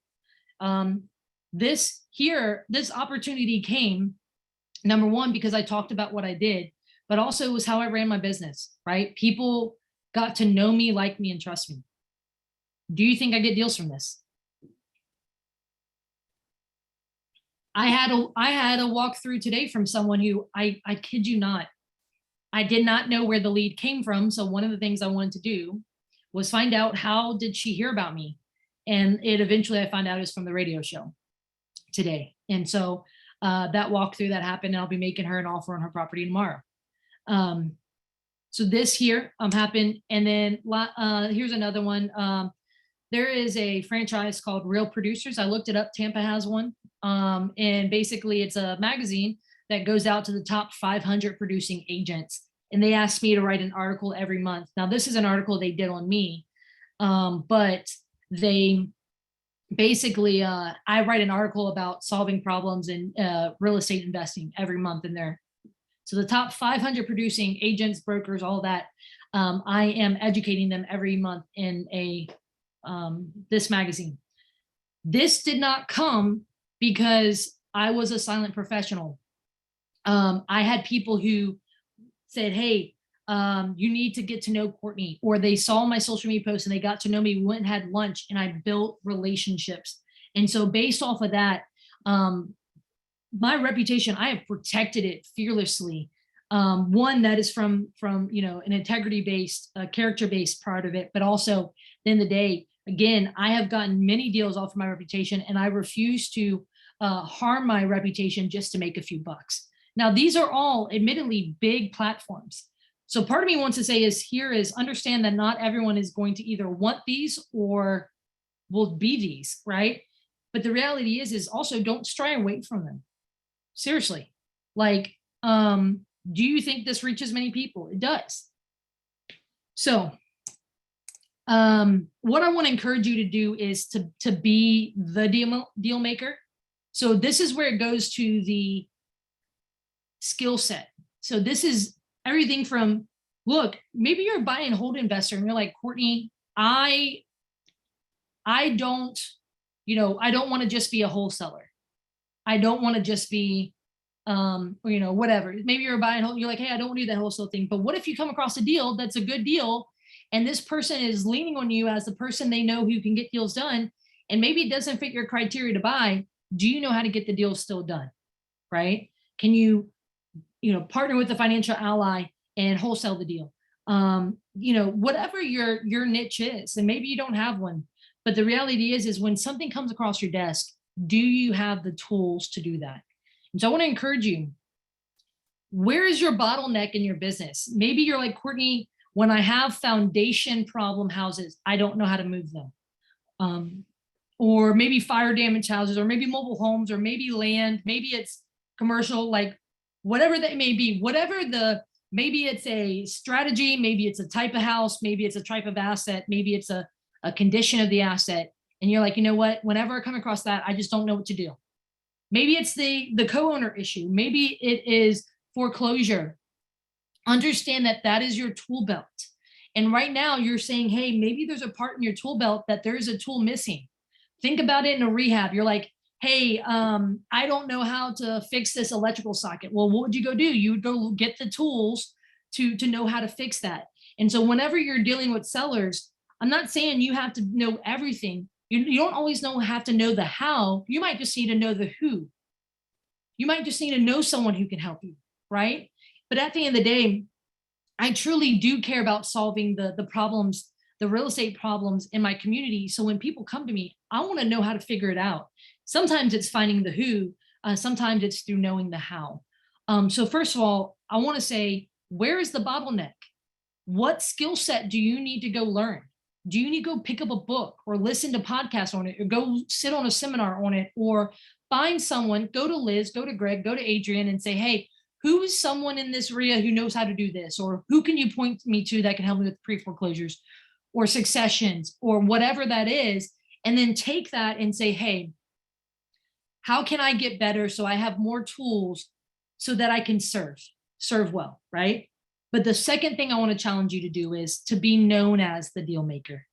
Because yes, you can do these deals, but again, there's far too many people who just put their head down and they go to work and they're very highly skilled deal makers, but no one knows it. So how are you going to get deals without going up, putting up bandit signs and direct mail and cold calling? It's this. So how do you do that? I hate to say social media because so many people are going to instantly say, oh, I don't do that social media stuff, or I tried. But here's the reality. In the beginning of 2020, all of my Facebook, my Instagram, they were all private. I had just a few friends following me, and I never talked about real estate. I barely ever had a photo of me. It was just like, my dog and like, family and travel. But what I started doing social media is I just started sharing my day-to-day. Okay, I'm not going to take my phone and go show you, but I can't make this up. And we would be here all night if I told you to guess what is strapped into my front seat. Still, the seatbelt is buckled. You would probably never guess it. And I honestly just don't have the cojones to bring this into my house. But literally, I have someone's ashes in an urn in my front seat, again, strapped in the front, because my worst case scenario is it breaking open. And I've got to deliver it. So we bought a house and we found this, and the sellers were like, we don't want it. And so I'm like, well, what do you do next? And so it had a little tag to the crematorium place, and they said they would respectfully preserve it or do what. I was like, the owners don't want it. So I'm like, I don't want it, and I feel wrong throwing it away. So I'm not bringing that into my house. It's, like I said, buckled up in the front seat of the truck, but I have to deliver that tomorrow. You bet your sweet cheeks, I'm going to have an Instagram post talking about the crazy story with the ashes where I have to go deliver it, right? The VIP guests getting delivered tomorrow, right? And I don't even know their name. It's horrible. I talk about the crazy stories of real estate. I talk about, some mindset things about, building financial friends or, learning, self-development, things like that. I usually often post about, various things, but, I go and show photos of things from houses. Every now and then I'll do a before and after, but that's not my gig. But that's one of those big things. Sometimes I'll break down a deal that I did. Or I'll talk about how I solved a problem for someone. And I do it for both investors that follow me, but also friends and family. And that is why when the house that I'm now living in that I bought subject to, the guy reached out to me because he's seeing my journey, and I'm no longer quiet about what I do. And so one simple thing is are you posting about what you do? Is it easy? Is my stuff fancy? No, we're working on using Canva and getting better. But go look at my Instagram. You can see it's, we're working through it. But the reality is I don't need you to have some major platform, and I don't need you to hire some professional to come and do all of your, maybe it's social media, maybe it's other things. I just need you to be consistent. First, show up, but be consistent. And so maybe it's you going and being consistent at the real estate meetings in your area and talking about your message very clearly about what you're looking for. Maybe it is you talking on social media. Maybe it's you doing something, some people do things like podcasts. Some people do things like they write small books, like a self-published book, or a large book, doesn't have to be small. But the reality is, Adrian's done a fantastic example in this. That was one of the biggest ways that we connected up front, right? The thing is do people know the types of deals you can do? And do they know that you are a deal maker? And at the end of the day, I know a lot of us can always look at that and improve. Maybe it's the types of deals we don't know how to do, so therefore we need help being a better deal maker. But it's also, how are we getting our message out there to people? And look, at the end of the day, it does not have to involve money, but it usually involves time. And look, I can tell you right now, with the REIA, with the radio show, with, all of those things, that stuff did not come overnight. And those things were hard earned. It took time. It took integrity and character. And it took time people getting to know me, like me, and trust me. So this is not for those who want to be in the industry for a quick buck, to get rich quick. This is with, you've got to be able to look past your eyelashes and think 30 years down the road. So with that being said, I would love to talk through some questions here. I do have a couple of things. Does anybody have a question they'd like to put up before I bring these up that folks have sent me? You've got some opportunity here with Courtney. Anybody? Well, while you're thinking about it. Hey, Liz, do you mind letting me go grab a quick water? Sure, go right ahead. I'll be right. 1 second. Okay. As long as she's not going to go get the urn with the ashes in it, I think we're good. I don't know if any of you can relate to all the things that she's saying. I know that when I asked my family, not long ago, like maybe last year or something, during this COVID thing, and some of us were talking at different times on the phone, where normally we would visit at holidays, we were talking on the phone or whatever. And I just asked my niece one day, I said, well, do you know what I do for a living? And she had no clue. And I had no clue my family didn't know what I was doing. I mean, they really don't. They know I have something to do with, like Courtney said, houses or real estate in some way. I was really shocked that they didn't. We just don't talk about, I don't think of them having any real interest in it, I guess. So I never really brought it up to folks in the family. But I would encourage you to think about that. I think that means I'm not talking enough about it out there in the world if I'm not even talking to my family about it. So I could really relate to what Courtney was saying. I don't know if any of you guys have had the same thing. Of course, I also have family members, Courtney, that thought I was crazy to ever do anything in real estate and not just work for Coca-Cola or something. So, I've had that side of the family too, but interesting. No, and yeah, Liz, thank you for that reprieve there. I think that at the end of the day, it is not natural for most of us to talk about what we do, but the fact that we're quiet about what we do has stopped many deals from coming our way. Point in case here is, how many times have you had someone in your life who had some sort of problem, but they didn't know to come to you about it when it came to real estate? When I first was getting started early on, there was a young woman from a church that I used to attend, a single mom, who I later learned her lost her house to foreclosure. And it pained me because I wish I would have known, because I could have helped her. Like, I had the skill set to help her, and she was in my circle of influence.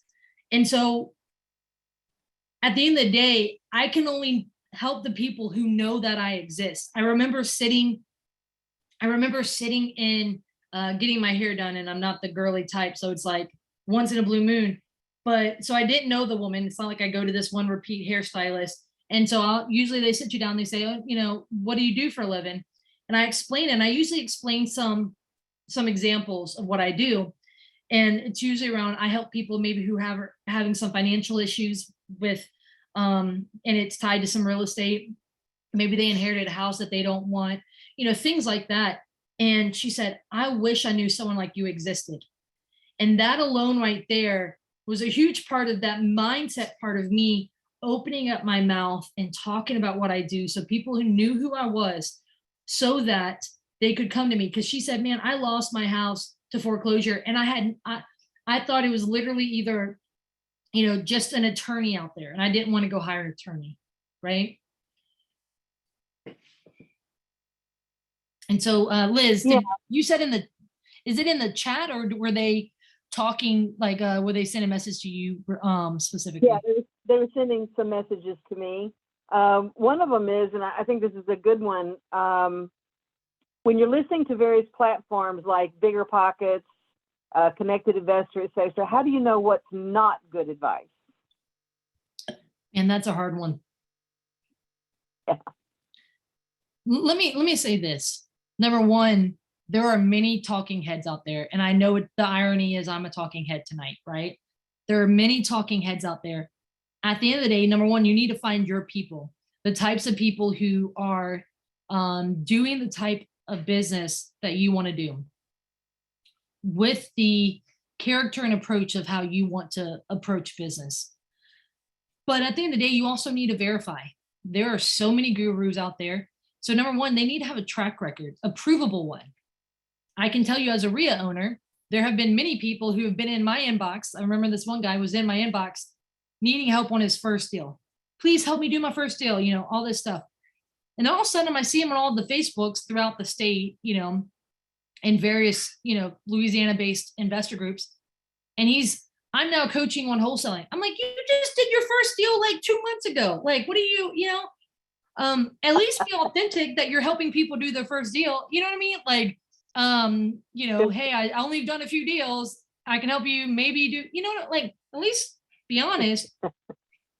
So it needs to be demonstrable with their track record. The second thing is, so most people, you know, if you're listening to them on bigger other places, go listen to them on a few different platforms, not just the one where you heard about them, but go look at them on social media, look up on their website, maybe listen to them as, you know, guest on other podcasts, or, you know, if they've got a book, read it, YouTube channel, stuff like that.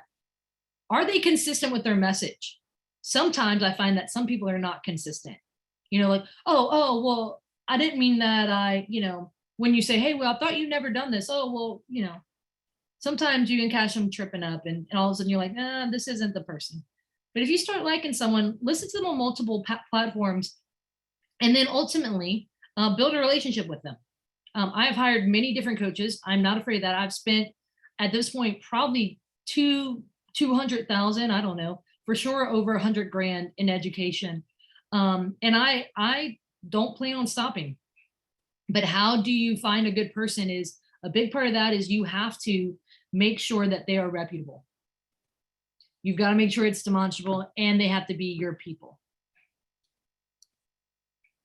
So I think that's really good advice. And also, if you come to enough of our REIA meetings, like you're saying, Courtney, you start to hear some of the same names over and over again that many of us have been to classes or things. Obviously, Pete is here tonight, and he's a big, you know, big dog with us around here. But there's lots of them like Bill Cook and Vina, and there's others. You'll hear them over and over again. We're saying their names, we're repeating things they told us. We're giving them credit for whatever it is in our life. So listen to that, and then start going to those classes or picking it up while we've got access to them. That's critical. Yes. We've lost some good folks this last year here at PCREIA.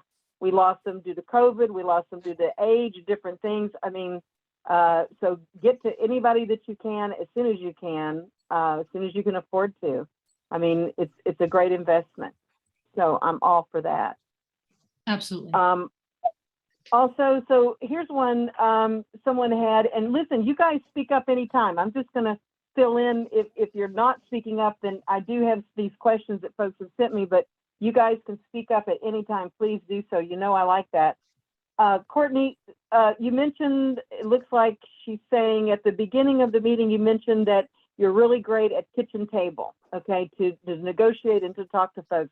Can you share a few things that are your go-to things that you say to really help folks get comfortable with you, things to start the conversation, to get from them the problems that they've got that you can then solve?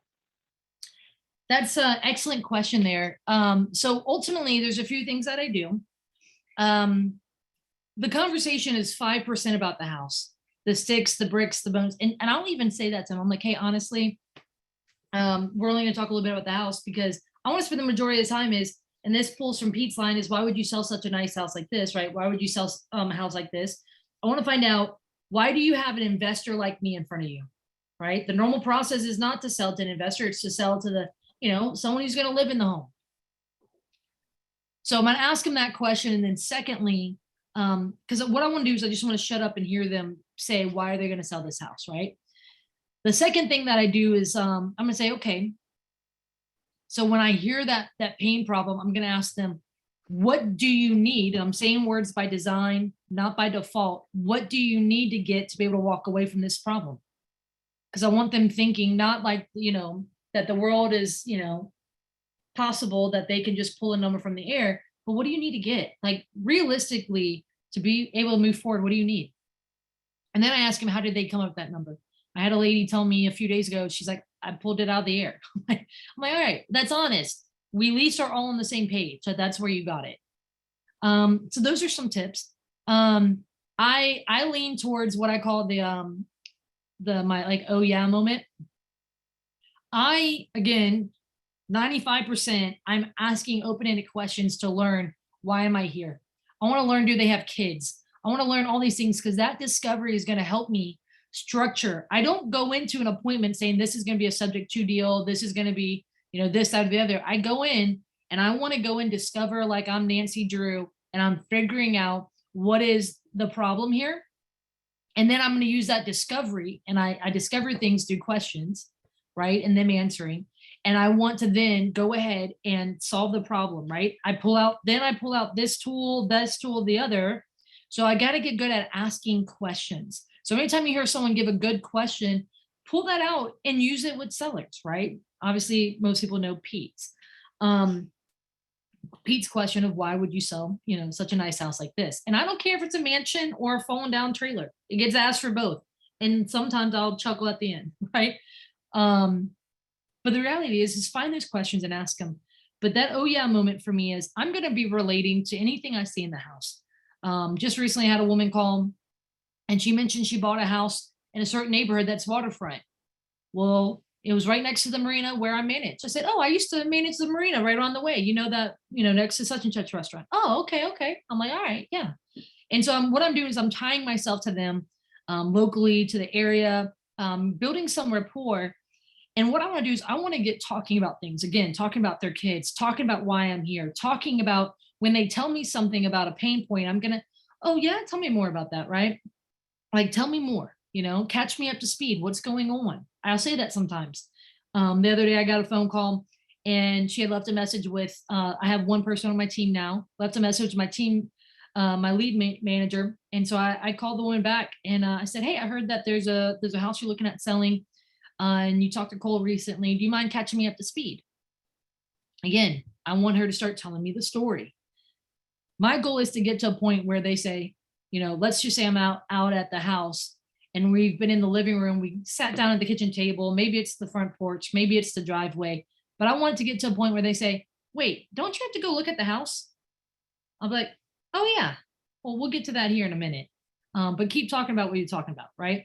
The idea here is I want it to then where they come back to being like, oh, well, they're almost expecting me to be all about the house. But in reality here, again, I'm playing Nancy Drew. I'm getting down, discovering what the real problem is. And honestly, some people just need more time with you to take those cards that are being held very close to the vest to show them to you.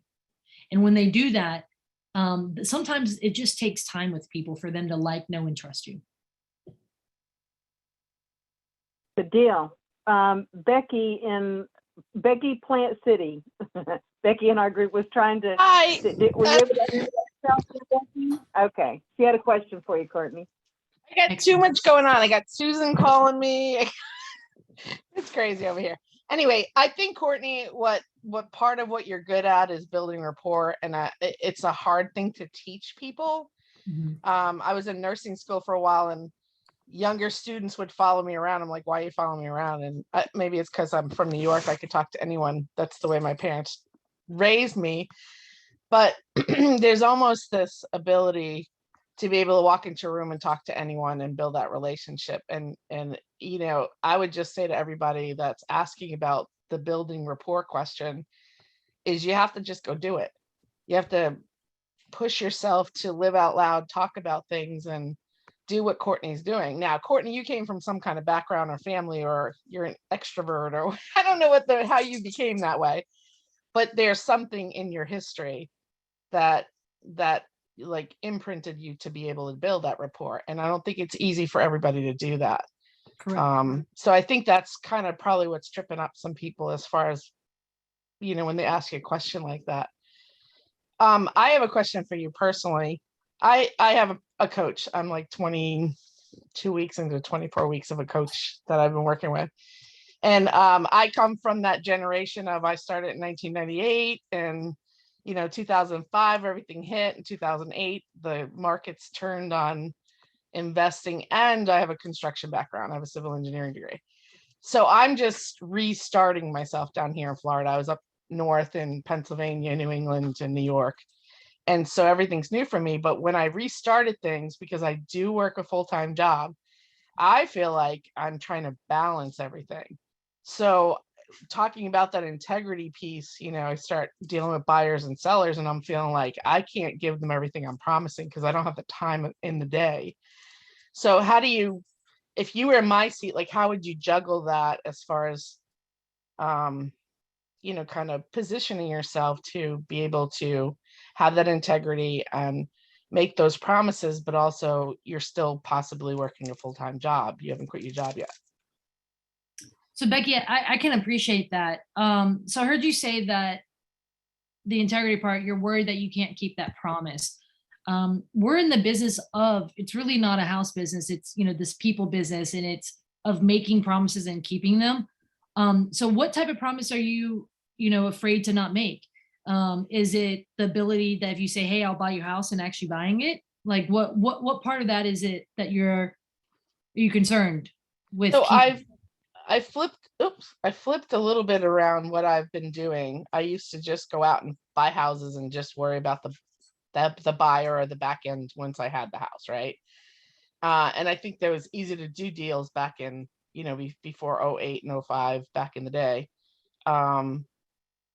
But now in this market in Florida, it's really hard to find a sale, right? You gotta do all that marketing. You gotta do that creative door knocking, driving for dollars, prop stream, bandit signs, because you have to get in with those people who are in distress versus, you know, even the people that are in distress are selling at top dollars right now here until the market changes a little bit, which we know it's gonna. So I kind of flipped it, and I started finding my buyers first. So I'd find people with bad credit, but they had money.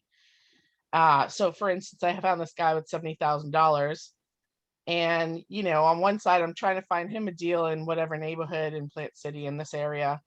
And I'm having a hard time finding him what he was looking for. And then I threw on Craigslist, you know, your typical ad, hey, I'm looking for this, ARV is this. And I realized I was within his numbers, but it was one of those BS ads because I was trying to, you know, attract sellers and other buyers. Yeah. And he saw my ad, and I went, oh, oops, I already sold that one. You know what I mean? I had to cover my butt because I did this kind of ad to kind of capture people. And I'm like, oh my gosh. Like, so then I backed off of all my marketing because I was like, oh crap, I can't fulfill what I'm trying to find for this guy, even though he has $70,000, because I'm just finding that the seller market is just so hard right now here in this area to get him what he needs. So here's a deal where I have cash. I have somebody with cash, and I just couldn't find the deal quick enough. So that can be tough.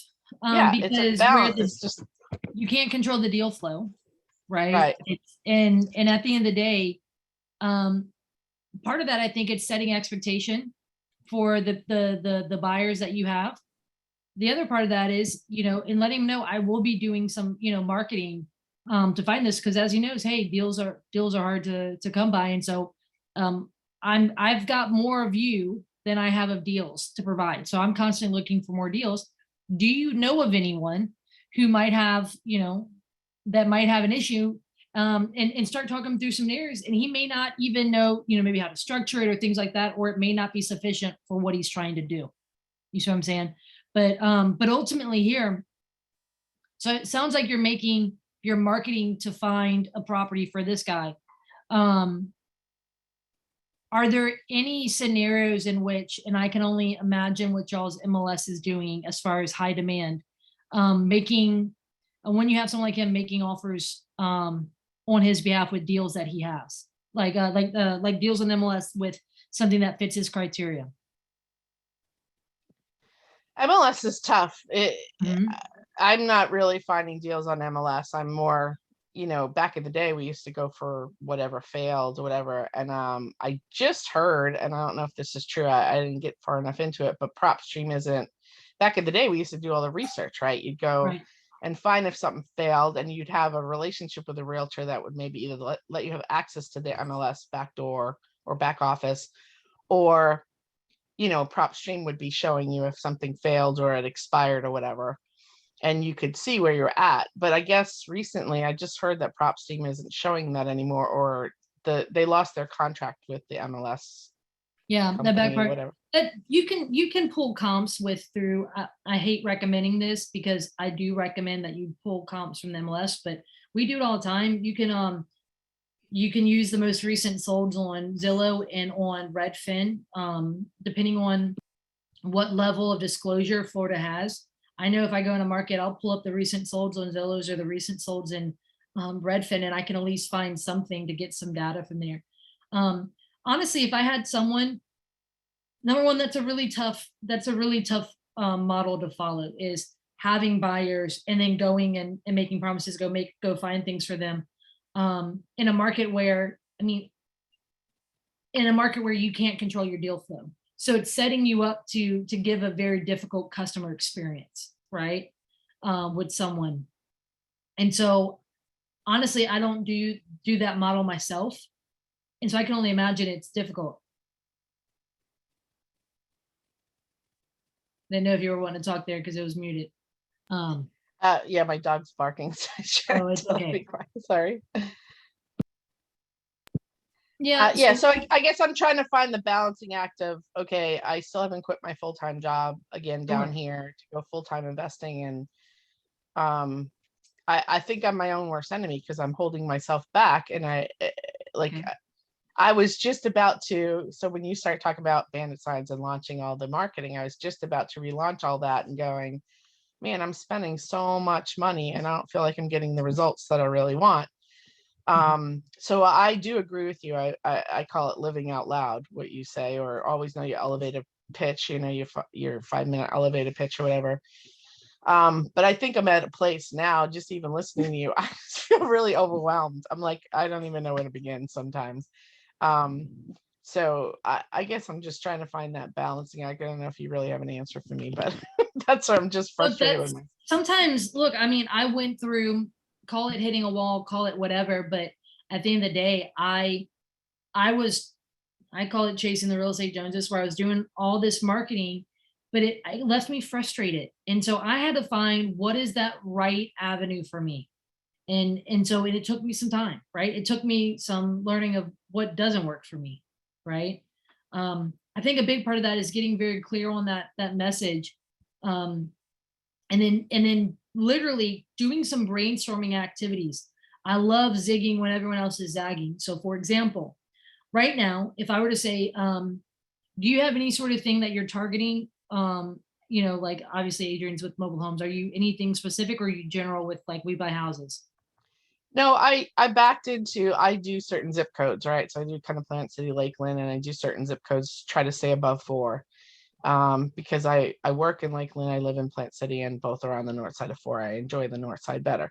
So I kind of have pulled the data down from those areas and those zip code and backed into what's the average salary people are making, and then backed into prices of houses. So I'm trying to stay within a range that I know more people are in that can afford that house. So I've gotten to that point. And then, like I said, I feel like I've frozen myself somehow because I feel like I went looking. I was just talking to Jimmy actually when he posted the thing about getting rid of some VAs. Susan and I hang around a lot. She's not on the call tonight. She's in a conference, but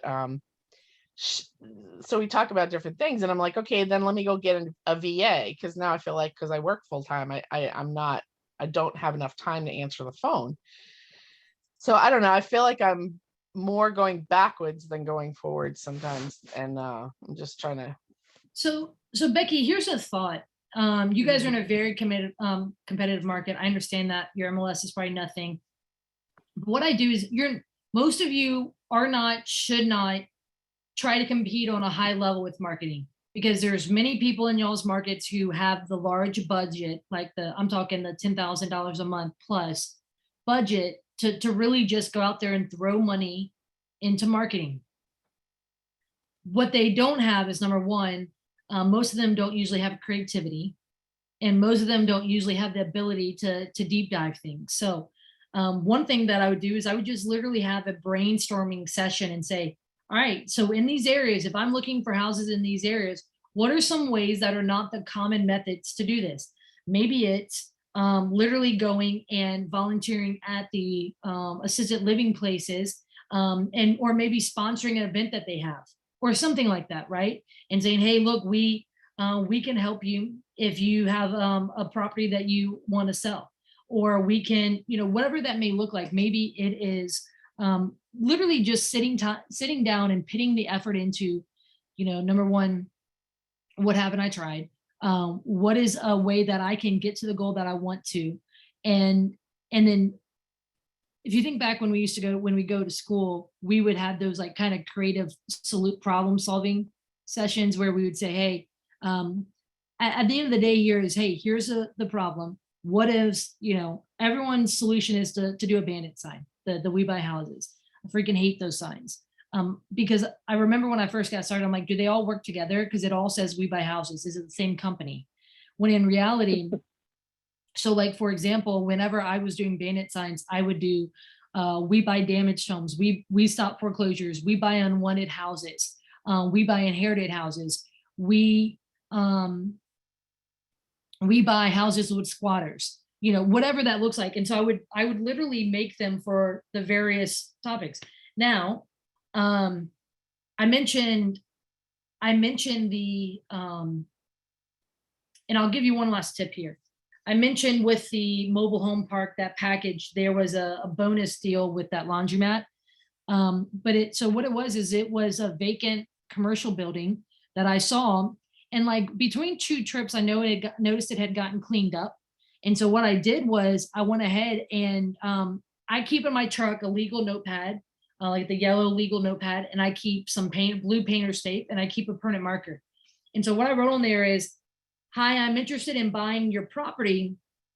Please give me a call, Courtney. And I put my name, and I put my number. And I folded it in half, and I put, owner of 123 Main Street, folded it in half, and I taped it up against the door of the laundromat because it looked like someone had come and cut the grass. Okay. Within 3 weeks, I got a phone call, and this was obviously going to be a shot in the dark. And so I was going to start, looking up the owner's name and all that.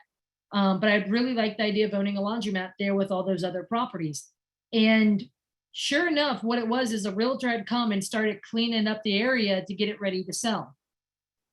And so I just had paid attention. I noticed that. They came back. She said, look, I hate being in this neighborhood. I live 2 hours away. I don't want to come all the way over here. If you just, make us an offer, the seller is willing to sell. And so sure enough, I was able to buy it.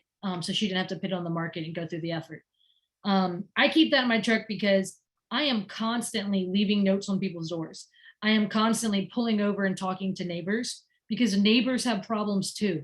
And so maybe it's like I've got what I call my priority list of properties that I know every single time I drive by, I'm like, what is going on with that house? I wish I knew. And so then what I do is I go get obsessed with that house and I research what's going on because I want to get in front of somebody.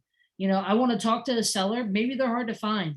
Maybe they're in jail. Maybe they are, whatever, because most people send them mail once, right? They spend the money, they send them mail once. Maybe if they have a budget, they're going to send it 5, 6, 7, 8, 9, 10 times. That's a lot of money being spent. But what if that person if that's not the right address? What if most people, they stop when they hit a wall. So I've gotten a lot of deals by also going beyond when I hit that wall. I then figure out how do I get around that wall? Is it because I don't have a good phone number for the person? Is it because they're not at the address that we're mailing to? What does that look like? And so then I'm willing to go, and these are what I'm called like my priority. They have multiple issues. Maybe they're vacant. Maybe there's an issue. Look, if I see a neighbor out, I'm going to almost wreck my truck stopping to talk to the neighbors, right? Because I want to know what's going on here. And I want to see if I can find out a solution. Maybe some of those ideas can help. So are you using specific skip tracing or are you doing the research yourself? little bit of both. So skip tracing, I have used batch skip, I think it's called. Lead Sherpa is another one. And I'll actually put that in here. So there's Lead Sherpa, and then there is, I've actually used a VA off of Fiverr. That's good for skip tracing. I have used batch skip, and then been verified. The paid version, I have used that as well. I have utilized like what is it, Nexus Lexus, and there's like 2 other ones that I've used that are higher level, and I actually started getting qualified them for myself. But you have to go through some background checks and stuff like that. It's more of like the creditors, like the people who are trying to, get hunt you down when you owe people money. Those are going to be a little bit more difficult. So these are ones I've done. But look, I do something as simple as, and this is a simple tip is, okay, let's just say it's 123 Main Street. And if I go on Polk County Tax Assessor and I look and see, well, are they getting the mail to 123 Main Street? Okay, if so, we've got to go a different way, right? Is the house occupied? Is the house vacant? No. Now, if they're getting it to, 123 Main Street, but in, Louisiana, but it's a house in Florida, well, then I go and I pull that address and I find out where the tax assessor is for that. And I want to look and see, is their name on that property? And so I start working it backwards that way. And I start like just really kind of just deep diving it. I don't recommend deep diving every property because it takes effort. I do the ones that have multiple pain points that I know people are marketing to, but they're not getting anyone else as well. And so what if I could dig a little bit deeper? Can it turn up something for me? Thanks. Those are good ideas. You're welcome. I got a question. Yeah, how can I help? My name is Chris. I buy houses and mobile homes on land. There you go. So now you know what I do. I wanted to ask you, what was the worst mistake you made?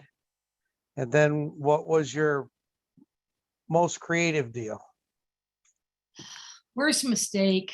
That's hard. So Chris, first of all, thank you for the question. And Becky, thank you too. The worst mistake I would say is that I have been, Becky said earlier, I've stood in my own way. A lot of times I've stood in my own way, maybe because I questioned myself. And look, if you're not batting for your own team, who else is going to stand in your corner and root for you, right?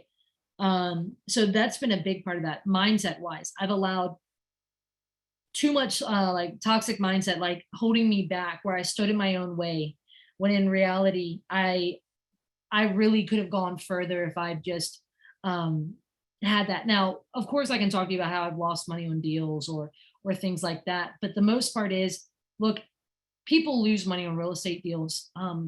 It happens. It can often be mitigated by having good sounding boards for other people in your life, experienced investors in your life, to look at a deal and say, hey, how does this look? But at the end of the day, my biggest mistakes have been all around my mindset, because of how much that has infiltrated the rest of my life and everything and all of my actions, right? Because your actions are a direct result of your thoughts and your beliefs, right? So yes, I've made some bad mistakes, those actions, but it's always started in my mind. So that's been a big one. I've always, I really feel the difference between where I am today and where I got started. It's really only two things. It's my mindset having been improved and my skill sets having improved. And so that's something that I'm constantly working on, because the same Courtney who showed up to do her first deal is not the same one who's going to show up to do her 1,000th deal, right? And I hope she isn't the same, right? I hope that I've grown, and I've hoped that my mindset and my skill sets have grown. And then your second question, remind me again what it was. The first one was, Well- what's your worst mistake? Second one. Yeah, limiting beliefs. I hear that a lot. And your most creative deal. It's always hard to give, like, just narrow it down to one. The one that gave you the most satisfaction, the one you like to do the best. So this one up here to the top right, this one, curing the title issues on it, it was really satisfying for me. And what I've actually been trying to do is to trade it for a cash flowing rental that doesn't need work. But a big problem with my market is we don't have a lot of very, very creative people. So I'm limited with when I'm pitching it to people as far as like, hey, because some people are looking at this for their primary residence. It's a nice 6-bedroom house on an acre. And so I've really enjoyed this one. I have a lowball cash offer that I'm considering taking because of this changing market. Just take that, make my 6 figures, and then now I have to go 1031 into, a property. But this one, I think I've been trying to make it a lot more creative on the exit, like multiple deals. But so we'll see. Right now, I'm not gonna lie, I've kind of been in this position of, do I just sell it because we're in a changing market, or do I keep trying to get that better deal on the back end? And I don't want to kind of be held. This property's gutted, I have a low basis in it. So this one, if you recall, I had 2.2 million in liens against it.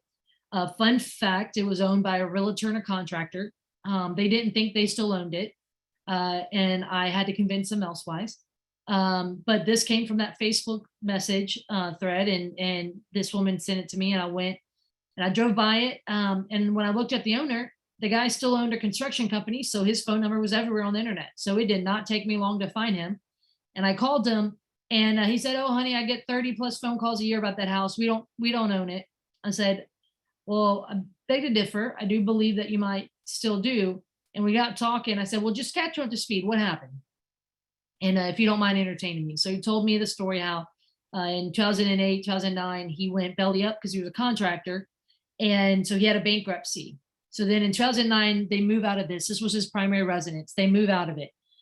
This property had, I think, over 35 judgments. I have to go back and look. Over 35 judgments and liens against it. Again, 2.2 million. Fixed up, it's worth around 400,000. And it needs about 100,000 in work. So this property here is obviously was grossly underwater. This deal, creativity wise, it caused this one, I had to go and negotiate a lot of various judgments and liens. I had to learn how to find the right proper people to negotiate with. I had to learn which liens and judgments could be what's called prescribed and canceled, where it just cost me maybe $60 at the courthouse to wipe off nearly $1 million. I just wiped off by going and spending a few $100 at the courthouse. That was a really good return on my money. And then Courtney, can Yep. you elaborate on that? Because we've had a couple of questions come in regards to how you did negotiate some liens, because there's a couple of folks that have some deals like that coming up. Yeah. So number one, I started building relationships with 2 types of people. Number one, the attorneys in my life. So the title company and things like that. I'd be like, "Hey, when you got a second, can you talk to me about," and I'd say XYZ title issue. Okay. And I just wanted to hear their thoughts on it. I remember I had the opportunity to speak, and so I bought this house April of 2019. So it took me some time to get through it. Because it was also a baptism by fire, learning how to go through and do it. I remember end of 2019, I spoke at an event, and I don't really, stay up. I don't really drink. I don't really go to the bars and stuff like that. And so a lot of the speakers and people went to the local bar at the hotel, and they were up and they were talking. But there was this one speaker I got talking to, and I said, "Hey, I have this deal. I'm trying to learn what's my next right step." And that was a question I would pretty much tell everyone. I'd tell them just the general overview of the deal. And I'd say, "Hey, I've got this one maybe lien I'm working on right now. Any thoughts?" And this was a guy who had been investing for a lot longer than I did. And I asked him about it. And so he would start to give me, he gave me, I remember I stayed up till 3 a.m. and y'all, I go to bed at like 10 o'clock, right? Normal nights. And so, but I had notes upon notes in my phone when I stayed up talking with him on various ways that I could work through some of these liens. So very specifically, and I'll dive really quick into this, and I'm happy to expound as you guys want me to, but so this house, again, nearly 2.2 million. The guy bought it. When him and his wife bought it, it was their primary residence back in 2005. The title company failed to run the wife's maiden name. And because they failed to do that, they did not find that she had a judgment against her between, it was with her and her father, a failed business venture. And so they obviously failed to run her maiden name, to do the full title search on her. So they bought the property for $240,000. And so they got a loan for $240,000. They lived in it. And then in 2009, when they started having, financial issues, when someone goes through bankruptcy, and they stop making their payments, they have the right, the lender has the right to go after the asset, right? So they go after it. And that's when they learn that they weren't in first position. So the lender is like, surprise, I'm in second position to this judgment that the wife had. It was a $85,000 judgment between her and with her and her dad. And so they then did a claim against the title insurance. So this is this is a new construction property. They bought it. It was only a year old when they bought it. Thank goodness they bought title insurance. The title insurance company, actually, as a part of the claim for the title insurance, bought the mortgage. So again, this was like 08, 09. They bought the mortgage. That they probably bought it for pennies on the dollar back then. So there was so at this point, and a lot of you guys have probably heard of First American Title Exchange. They're a huge company nationwide that write title insurance. They're massive. So they were the ones who owned the mortgage at that point. So I had at the very top this $85,000 judgment that's just against the wife and someone else. So against her 50% of the ownership of the property. And it was over 10 years old, which 10 years is usually the prescription period for these judgments. But they had gone and gotten an attorney and done a reinscription of that judgment so that it could have another 10 years. So they have that in first position, and then they had this mortgage in second position, this $240,000 mortgage that was against now it's owned by the title insurance company. So it actually took me a good while to find a decision maker within First American. But when I did, because I eventually someone told me about the attorney who's been working this 10+ year file. And so I'm like, all right. And so I'm talking, this is a buttoned up suit attorney from downtown New Orleans and representing First American. And I'm talking with him, and this guy just wouldn't give me the time of day. And I'm like, come on. So I eventually actually had someone come share at my REIA who did 1031 exchanges through the sister company for First American. And she was a vice president. And I said, hey, look, thank you so much for coming to speak tonight. This is such a wild question, but do you know who I should be speaking to? And I explained the situation. And she sent 2 emails connecting me with people. And within right after that, so number one, there's a lesson there in asking people consistently. I was persistent, knocking on different doors to figure out who was a decision maker.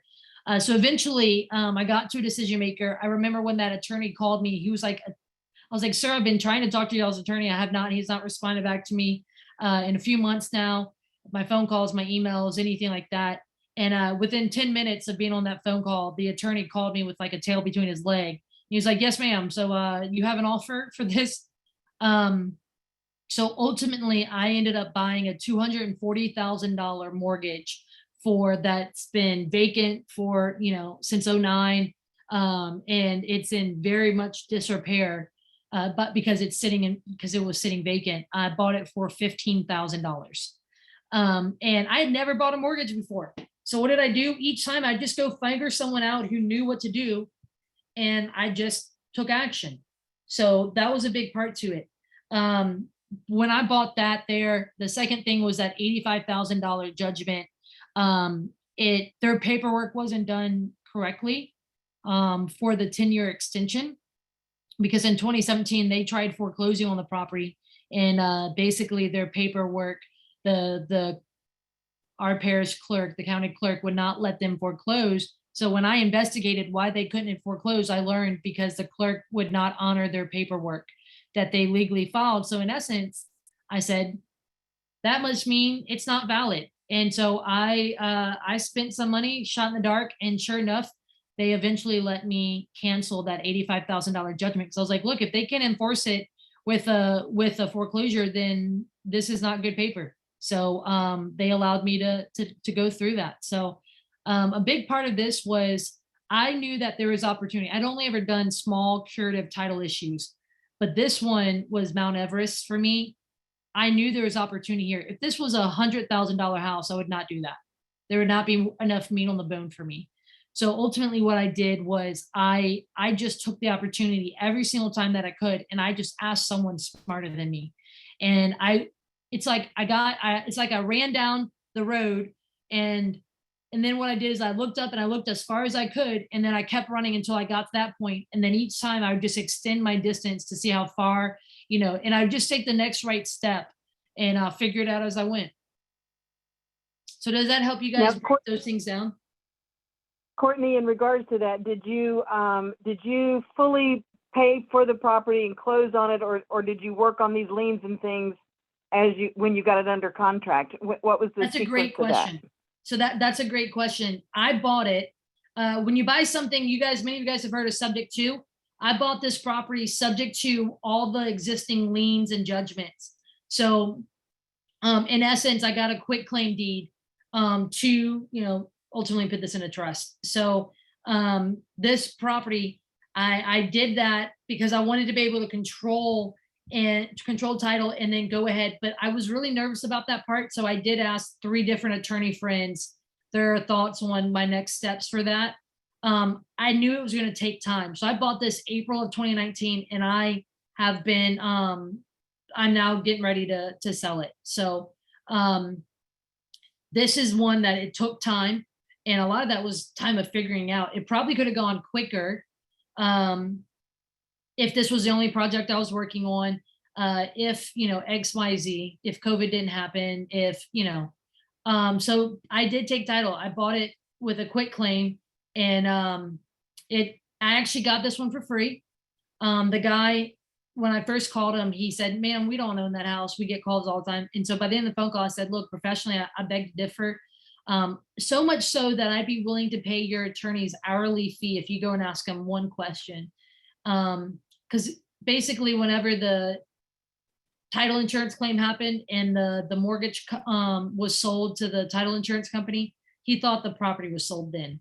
And I said, if you can go and ask your attorney, and I'll pay the hourly rate, if you go ask him this one question, which is, do I still own this property? And if someone got hurt on it, would I get sued? Because at this point, he obviously didn't have insurance, all that stuff. And when he called me back, he's like, holy crap, I own this house still. And he's like, and I would get sued.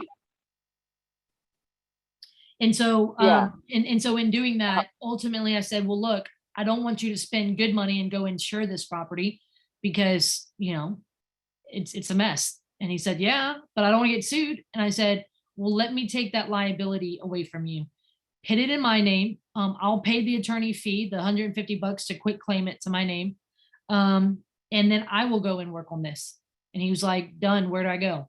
So then he went to my attorney's office and quit claimed it to me. So I bought this house for free, subject to all those liens. And now at the end of the day, the cost, I put a new roof on it and to mitigate some issues. And between working on the judgments and property taxes and things like that, I'm all in for $50,000. I have a low ball cash offer at 180, but I believe I can get 235 for it, as is fully gutted. So I really hope that everybody got that nugget you just gave them. That was a huge golden nugget. You've given several here tonight. Sometimes they're just mentioned slightly, and maybe people aren't focused. I want them to focus on this one, which was you didn't just tell him that you beg to differ that he owns it, but you gave him a problem, the problem he might have, which was liability. And that was a scary problem for him that he hadn't even thought about or considered if he did own it, much less he didn't feel he owned it. So you took a shock moment with him, and you gave him the possibility that he owned it, but also what would be the problem if he owned it. And then you immediately offered to be able to solve that for him. I think that's beautiful. I hope everybody got that tonight. That could be used so many times in so many situations. Excellent. That was great. Thank you for that. So I do you that. got I use nothing that. I use that a lot for vacant properties or land, because some people are like, oh, well, it can, out of mind, out of sight. It can just keep happening. But it's the let me help you lose less concept with, and in a major part, Florida is very litigious. Louisiana is very litigious. All I have to say is what is up and down the interstate on every other billboard, right? What's every other channel? When you turn on TV at the middle of the day, how many channels have judged something, right? But Courtney, you were Yeah. ballsy too, because you did not know how those liens would work out in the negotiation. You believe in yourself, obviously, but you didn't, quote unquote, run the numbers and see if the numbers worked. You just decided, hey, I'm going to roll with this and see how it works out. Because in the end, what would you have done if you couldn't get it down to the right numbers? And those were some conversations I had with more experienced people with me. So thank you for that. But I literally, first of all, I was nervous buying it subject to all these liens and judgments, because what risk did that give me? I didn't know. And so I just would ask, I went around and I asked that. And so one of my biggest things is, okay, it cost me $150 to buy it, to quit claim it, right? At the end of the day, at this point, it was 2 years vacant on the taxes.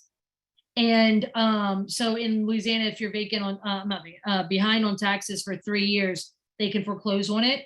And so I'm like, all right, like there's a, I mean, what do I do? Not pay the taxes, And right now the two parties involved have not been very, I think they were to a point, I started noticing they were to a point where they have been put too many, after that 2017 failed foreclosure by that other party, I realized there's ultimately 3 failed foreclosures, 2 with the lender, and then 1 with that $85,000 judgment. I realized that they were starting to realize, one of them was almost a 20-year file. The other one, it was 10+ years, that they had put a lot of good money and attorney hours into a bad situation. And so, because they weren't paying the taxes, they previously had always been paying the taxes because the guy moved out in 2009, right? He wasn't paying it.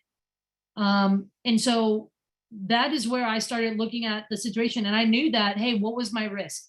I want to know my risk of being on title. And then 2, what would happen, like the money that I had invested. So I didn't go and start fixing it up. It wasn't until I bought that mortgage, and that was in first position, that I put a new roof on it to start and treated the termites inside of it. So it wasn't until I got very far along in the process where I felt comfortable investing money into it, because I knew at any given point I would not get that return. But at the same time, high risk, there was high risk and high return. But at the same time, I made sure I was protected, because I went and talked to various attorneys and I talked to experienced investors to find out what was my next right step. And I knew there was opportunity. Again, when it comes to these complex title issues and these deals, there's the juice has got to be worth the squeeze. I was going to be squeezing a lot. It needed to be worth it. If this was a $100,000 house, I would not have done this deal. But because it was worth more than the average cost of homes in my area, I obviously had a lot of room to play with equity wise, if I could figure it out. So really what you can say is it was a very calculated risk. It's a risk, but you were calculating as you went along and really making sure that you knew as much as you possibly could about it. And you had very little money in it. So it was a very calculated risk on your part. The other part was the land itself was worth around 50 grand. So if the house burned down, I knew that I would have some, because at that point, I mean, no, this is being recorded. Yeah. I'm not going to say that a friend of mine had a joke about a match, right? Because hey, if there was no house, there would be no collateral. And I would make, that'd be a really great return, for $50,000 for $150 investment, right? But the reality here is yes, it was very calculated. And I did not have all the answers, but I knew there was an opportunity here. And when I presented it, some of you guys know Leon Johnson. The first time I met him in person, there was a crawfish boil at his house, and we were there for like 8 hours, and I stayed later. And we all just got talking afterwards, and he's like, anyone want to talk about a real estate deal? I was like, I do, right? Because this was a deal I brought up with everyone who was smarter than me. And fun fact, Leon Johnson quickly became one of my mentors, and he's who introduced me to Pete. So Leon, I went to my truck. I said, do you mind if I go get the file? I went to my truck. I grabbed the file that was this big, and I pull it out, and they all just laughed. I was like, you said you want to talk about a deal. I don't remember all of these numbers sometimes from all the different liens and judgments. And so every time I was around someone smarter than myself or more experienced than myself, I'd say, hey, what are your thoughts on a deal like this? What would you do? Same thing with attorneys. My attorneys really appreciated this deal with me because it made them go back. Some of them were like a dog with a bone, and it would made them go back to their law books. And they're like, because they wanted to figure out how to help me figure it out. I love that. I love that. Again, you keep saying and using these examples. And one of the things I want to point out to everybody is about connection. It's about connection. You just never drop those connections and keep making them. We have an attorney in our group, Courtney, that really doesn't like being an attorney. He is an attorney, and he's a very good one, but he doesn't like that job. So he likes to cook. So he has a couple of partners, and they own a restaurant in the local area, and he's bought and sold restaurants over the years. So he would much rather be in the kitchen than be a lawyer, but he does the lawyer thing because that's what he went to school for. Yeah. And he's someone that we can run over to one of his restaurants and say, hey, throw him a question, and he loves to answer it. I mean, he's awesomely great. And that's somebody right here in our group. And if you come here enough and you connect, I mean, that's so valuable. It's incredibly valuable, in fact. It's not just about the hourly rate. It's about somebody just sitting with you human to human and saying, hey, can I share this with you? What would you do? What is this about? And they share it with you sometimes in a completely different way. It's really awesome. So thank you for emphasizing that tonight, I think. So Courtney, now that you've done so many different liens and title claim, what are the top 3 worst liens to deal with? Do you mean like if you didn't have to, which would you avoid? I mean, I know you're a problem solver and you like to problem solve. So there's a part of it that I do, enjoy the harder ones. Anything to deal with the government, IRS, those ones are difficult. There's ones here in Louisiana, in the New Orleans area. So I have lunch scheduled tomorrow with a woman who has a 45 house package for sale. It's her parents' portfolio, which my biggest thing is like, they're alive? Oh God, but so we've got to talk through some options, but she's trying to help them prepare to sell it. And she said, well, I got to tell you up front, 18 of them have what's called the road home grant. Did you guys have anything like that with any of y'all's hurricanes or anything? It's just I think it's Hurricane Katrina. It's particular, no.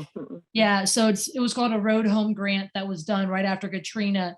And there's 2 versions of it. There's one for homeowners and one for affordable housing providers. So like landlords, but for affordable housing, like not just Section 8, but like it had to qualify. And so this is the one that is the more difficult. So for homeowners, it was like basically a grant, think of it as a sleepy second mortgage, but it was a grant that if they met the criteria, it would disappear. But this road home grant for the affordable housing, there's a very difficult requirement on them for like vacancies and records and all these things like that. And between not only their records, but also the tenants who live there and stuff like that. And most of them have not stayed compliant, and therefore that is going to sit with the property. And so she said, I have to tell you up front, there's 18 of them. And as soon as I heard that, I was like, oh, okay. Just because the government doesn't make anything easy, and there's usually not an advocate on the other end of the phone. It's usually someone who's a paper pusher who hates their life the day you pick up the phone. So I would say Right. those are probably anything like that. Oh, and the other one would be child support ones, because those can often get very, very difficult as well. Good question there. I think Marquise in our group is a fairly new investor. And Marquise, did you have a question for Courtney? Hey. Oh, you're muted. Yeah, There you go. well, can you guys hear me now? Yes. Yeah. Yeah, so I mean, to be honest, I haven't really, like, since I'm super new, I haven't really run into a lot of leads and stuff, but I'm still listening. But as far as leads go, what's your favorite way, like, to get leads? So obviously I like the way that tonight, as far as it to be free and it to come to me. So that's one of the biggest ones is, hey, I thought of you. Or like an actual like referral of, okay, so believe it or not, I actually used to be a CrossFit coach. I stopped CrossFitting years back, but so when I was a CrossFit coach, there was other coaches. So obviously we're social media friends and stuff like that. There was one of the coaches, it was a husband and wife who were coaches. The wife actually now is a nurse with my sister. So now, even though I'm not coaching anymore, she's kind of still like in my sphere of influence. I made a post on my Instagram. So my license plate, it says house fire. It's I'll type it into what it actually says. And if you want, you guys can get it and do it in Florida. So kind of says house fire. That's what my license on my truck says. So I took a picture of that, and this was actually the day that I said earlier about that hair salon lady who said, I wish I knew someone like you existed. So I took a picture of my my license plate, and I said, hey, today I just had this encounter with this woman. She said, I wish I knew someone like you existed. And I said, this is what someone like me, I wish all of these people in my life knew that I existed, or these type of situations knew I existed. And I shared the story of the lady at the hair salon who went through a foreclosure, and she, wished she knew that it was a messy divorce foreclosure. She wished she knew someone like me existed. The young lady at church the single mom who I wish knew, and then I shared like 2 other real life examples. If you scroll through, I'm sorry, a little bit behind, like in the past on my Instagram, I literally just gave some real life examples of that. And that woman who follows me, the wife who's now a nurse with my sister, she messaged me. No, she actually didn't message me. Her father messaged me and said, my daughter told me to contact you. And he told a story that made so it was like word of mouth.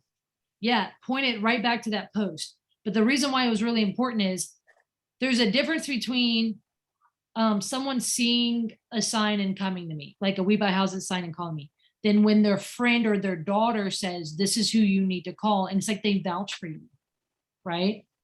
And so this was a guy who was in pre-foreclosure. So stuff like that, right? When someone who's in my sphere of influence tells someone else about me, the house I'm living in today, I bought it because a guy I met at a REIA event in 2018 said, hey, you probably don't remember me, but I've stayed along with your journey. My brother-in-law needs help. I really want him to contact you. Is that okay? Right? So he's vouching for me. It's not like I'm having to compete with, like, I'm just one of the other We Buy Houses guy. No, I'm that person that so-and-so knows. It's just way different when there's that personal referral. So you just kind of build rapport through just prior connections. So just doing good business like that. No, absolutely. And also talking about what also you mentioned earlier that,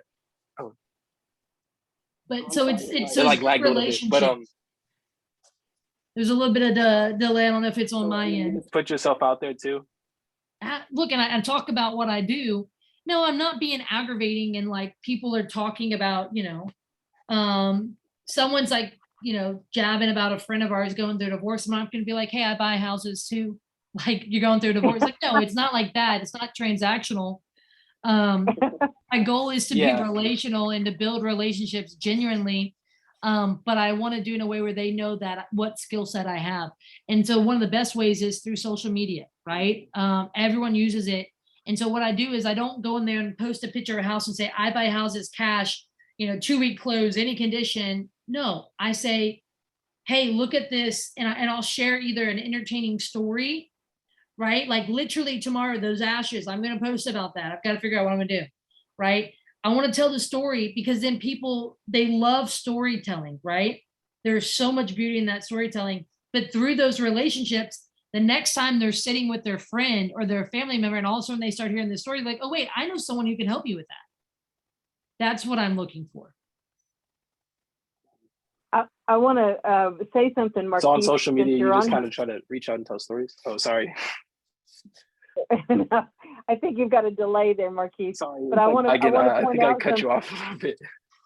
That's okay. Okay, I want to say this, since Marquise has a little bit of a delay there.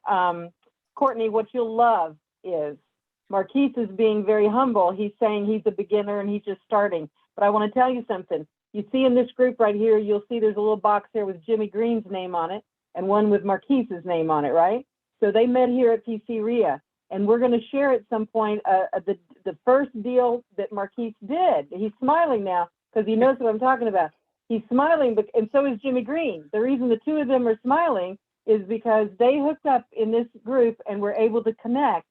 And we'll talk about how they got this Marquise's first deal. You won't believe it. So it's something Jimmy Green kind of discarded, some things he discarded or with his VAs or just so, and then Marquise picked up and went after it and got it, okay? But what I want, and I want to talk about that in our meeting after the meeting, Jimmy, if you and Marquise would. But one thing, Marquise, if you could share right now, talking about connections, Marquise, I heard a little bird told me that your next deal was an Airbnb deal.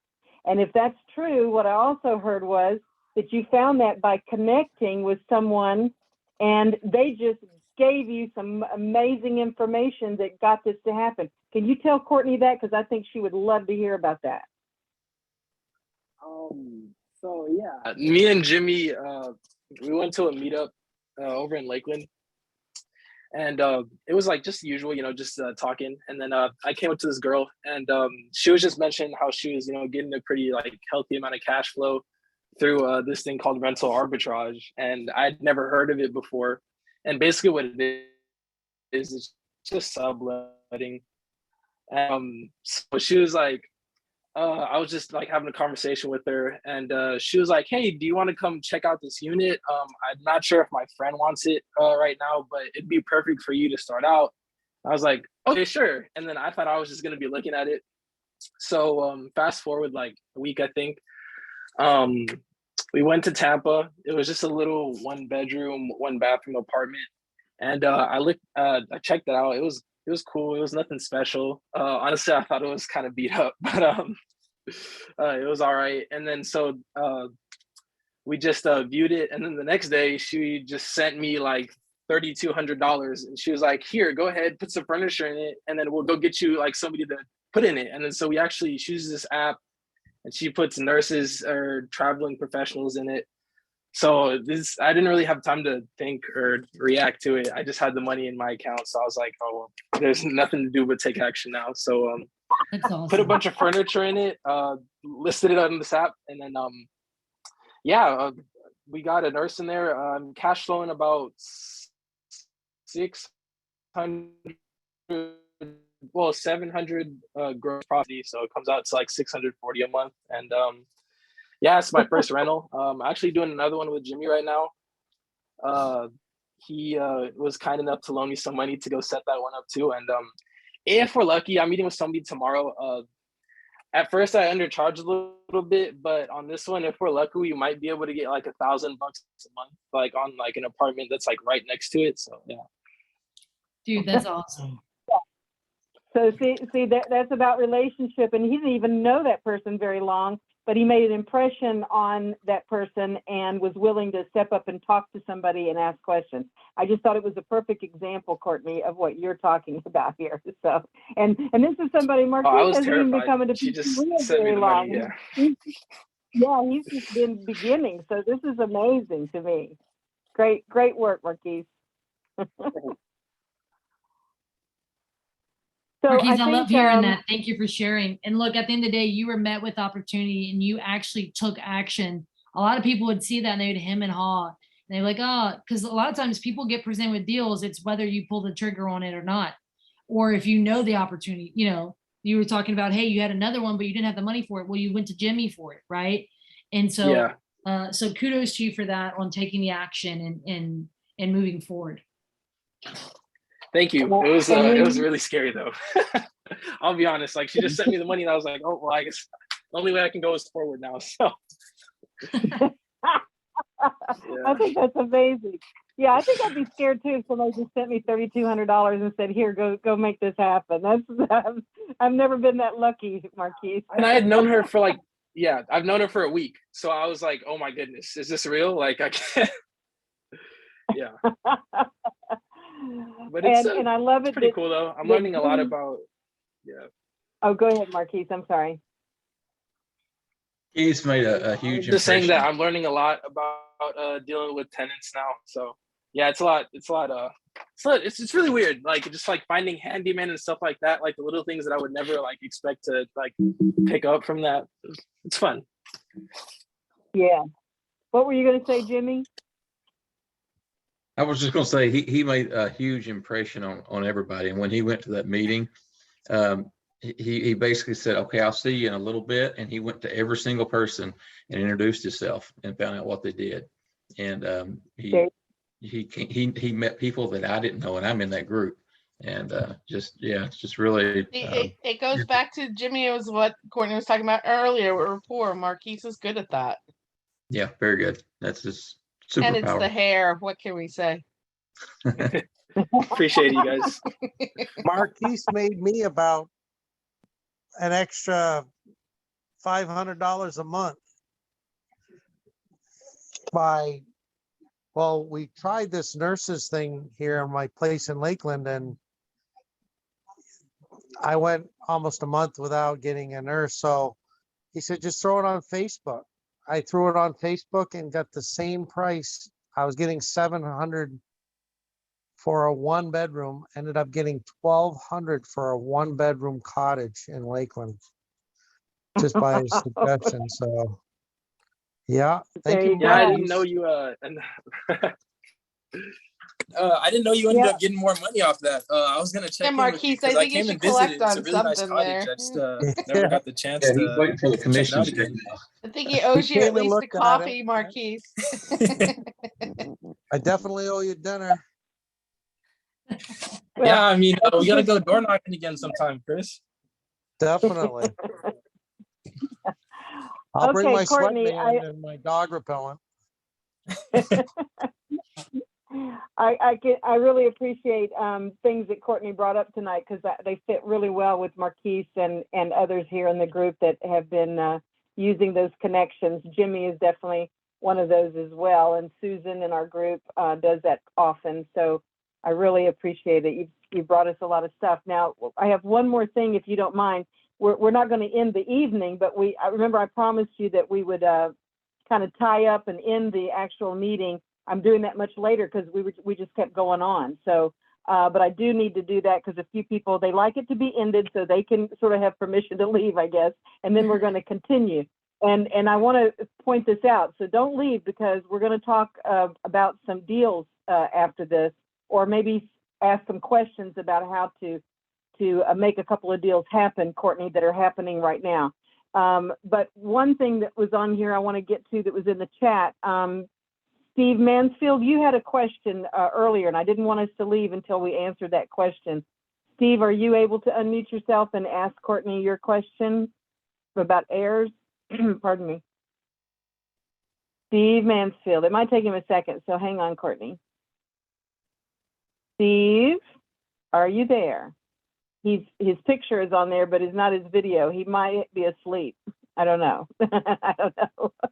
Okay, I'll ask it for him since he's not able to. He just wanted you to, you had talked about that you dealt with heirs. I think he was facing a property that also there was multiple heirs on there. What's some good strategy to deal with those heirs that may not be agreeing on everything, or et cetera?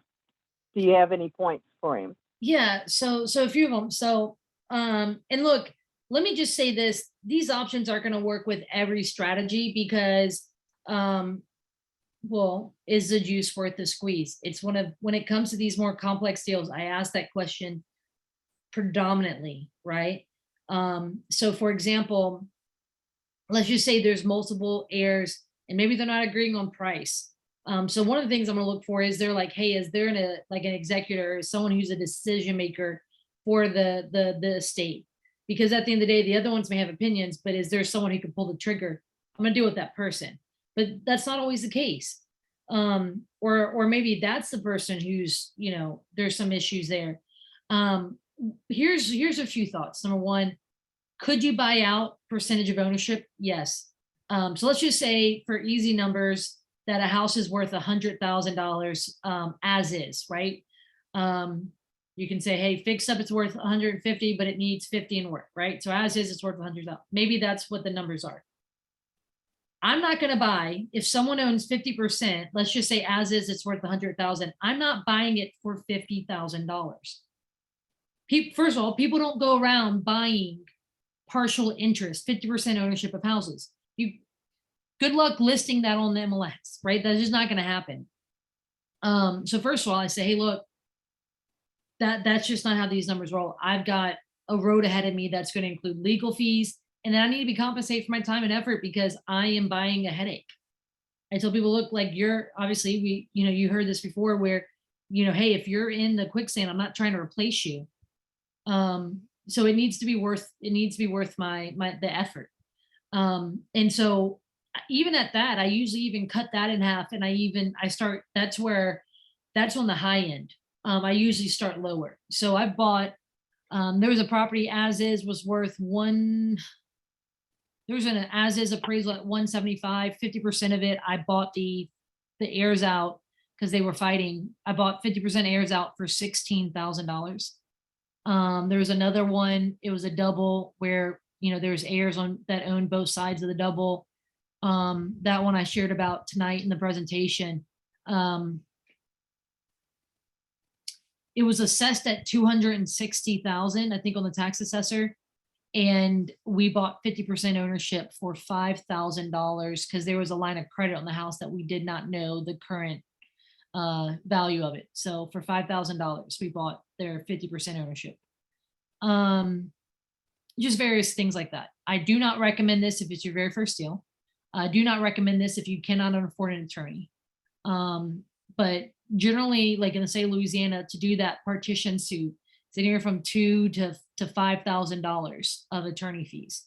And I'm not afraid to make that, to pay that. I do not like going that route. That's like my worst case. Think of it like with an eviction. It's like going and getting the mediation of the judge to say, okay, you guys couldn't figure it out on your own. Let me see all the facts. And that's where the judge, I don't rush it to that. I usually get the better deals if I can negotiate up front with the other co-owners to buy me out, for me to buy them out.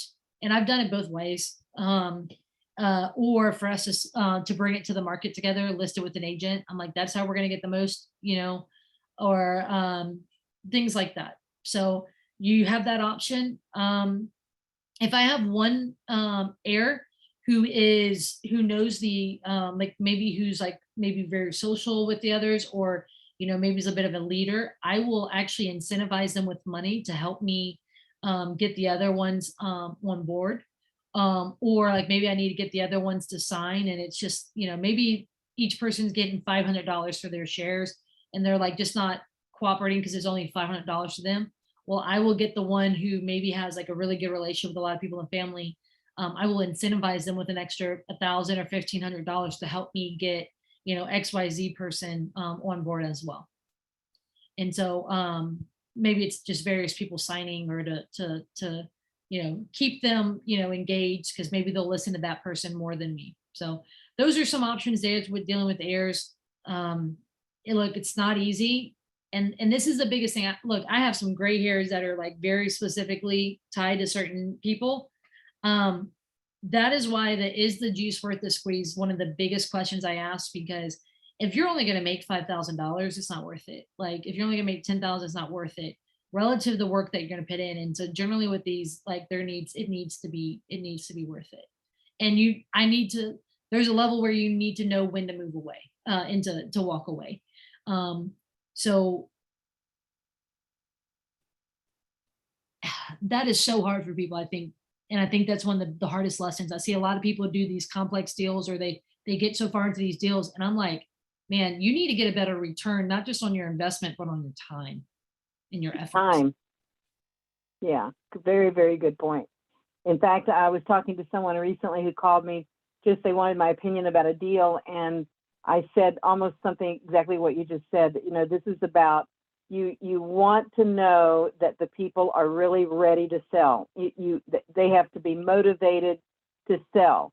And I'm not hearing that this one's motivated. And that has come across my plate now from other people probably 5 or 6 times just in the last couple of weeks. They're just working on deals where the sellers are not ready to sell yet. Yeah. They're not motivated. No, and that's excellent. I actually am looking for 2 things. Are they motivated, and are they realistic? Because there are people who are like motivated, like think of people in pre-foreclosure. They have every reason in the world to need to sell. But realistically, are they asking $1 million for, a $100,000 house? And so I've met many people who've had a problem who were not realistic with a solution for me to be able to buy it. Yeah. Very, very good point. Okay, so I'm telling you guys that I feel strongly that if you've been here tonight, you've experienced a couple of things. Number one, our motto: investors helping investors. That's what Courtney was doing here tonight. She has nothing to sell you, nothing to benefit any of this from, except to just share her information, make sure you get it, and also make sure she's a problem solver. So if you find something in Louisiana or in her arena, her backyard anytime, you've got somebody to call and give that deal to. And also somebody who knows how to do deals and solve problems. And I think, Courtney, it's fair to say that you're very available to folks to help and share information. I mean, look at all that you're doing in your local community by running your REIA and everything. I guess my last question to you might be this, and about that.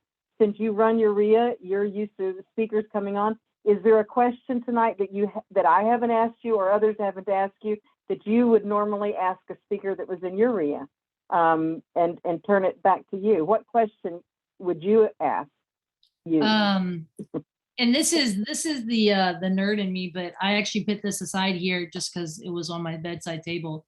A book that I recommend, and that's just something that I usually just like. Hey, I'm an avid reader myself, and so this is the #1 book that I read 50 to 60 books a year. I'm someone who likes to read, and I actually post about that on my social media. That's actually one of the ways I started talking about what I do, because I was like, I need to learn more things to post about. And people used to always ask me, hey, what books are you reading? Because they always knew I was reading a lot. Fun fact about me, I own over 2,000 books in my home library. I'm an avid student, all that stuff, right? But people always say, hey, what's the #1 book you recommend? Or what's a really good book? What's your favorite book? This book, I read it once a quarter. It is a small enough book that if you don't like reading, like, you'll be good. Also, it's written in a story format that it's really easy to read, but it's called The Go-Giver by Bob Berg and David Mann. Fantastic book. It's a little story about a powerful business idea. It's the five laws of stratospheric success, and it's all centered around the idea of giving value, more value. So giving more value than you charge for, and it's a really powerful book. It changed the way I do business and the exchanges I have with people, professionally and even relationally. So. But with that being said, I know we're going to go kind of like into the the hangout time afterwards and things like that. But here's my info. Feel free and shoot me an email. You can message me on I would say Instagram's probably easier. Facebook, I'm not gonna lie, I struggle staying caught up on that. But reach out to me. Look, you don't have to reinvent the wheel. Go look on my Instagram or go look on my Facebook page and look at how I do it, and you can mimic some of the posts that I do when I talk about the stuff that I do. Those are things that you don't have to say, oh, well, I have to start working from a blank page here. No, go find people who are successfully talking about what they do and let that be a good muse for you, right? I follow people on social media all the time. I'm like, oh man, that was good. I want to do something like that, right?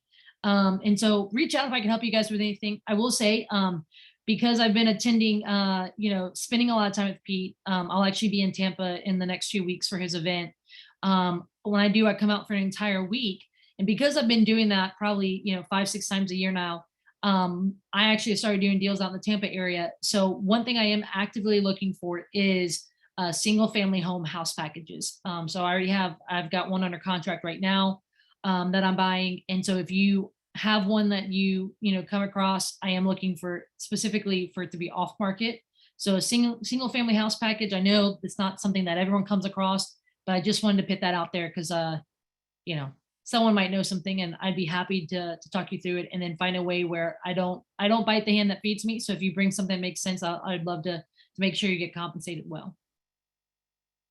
I love that. Thank you very much. And I think Jimmy Green said it earlier tonight. He said there were some real nuggets that were dropped tonight, and you've definitely brought it. You gave great value tonight. You're living up to the Go-Giver, my friend, your own book there that you recommended. So we so appreciate what you gave us tonight. Thank you very much for being our guest.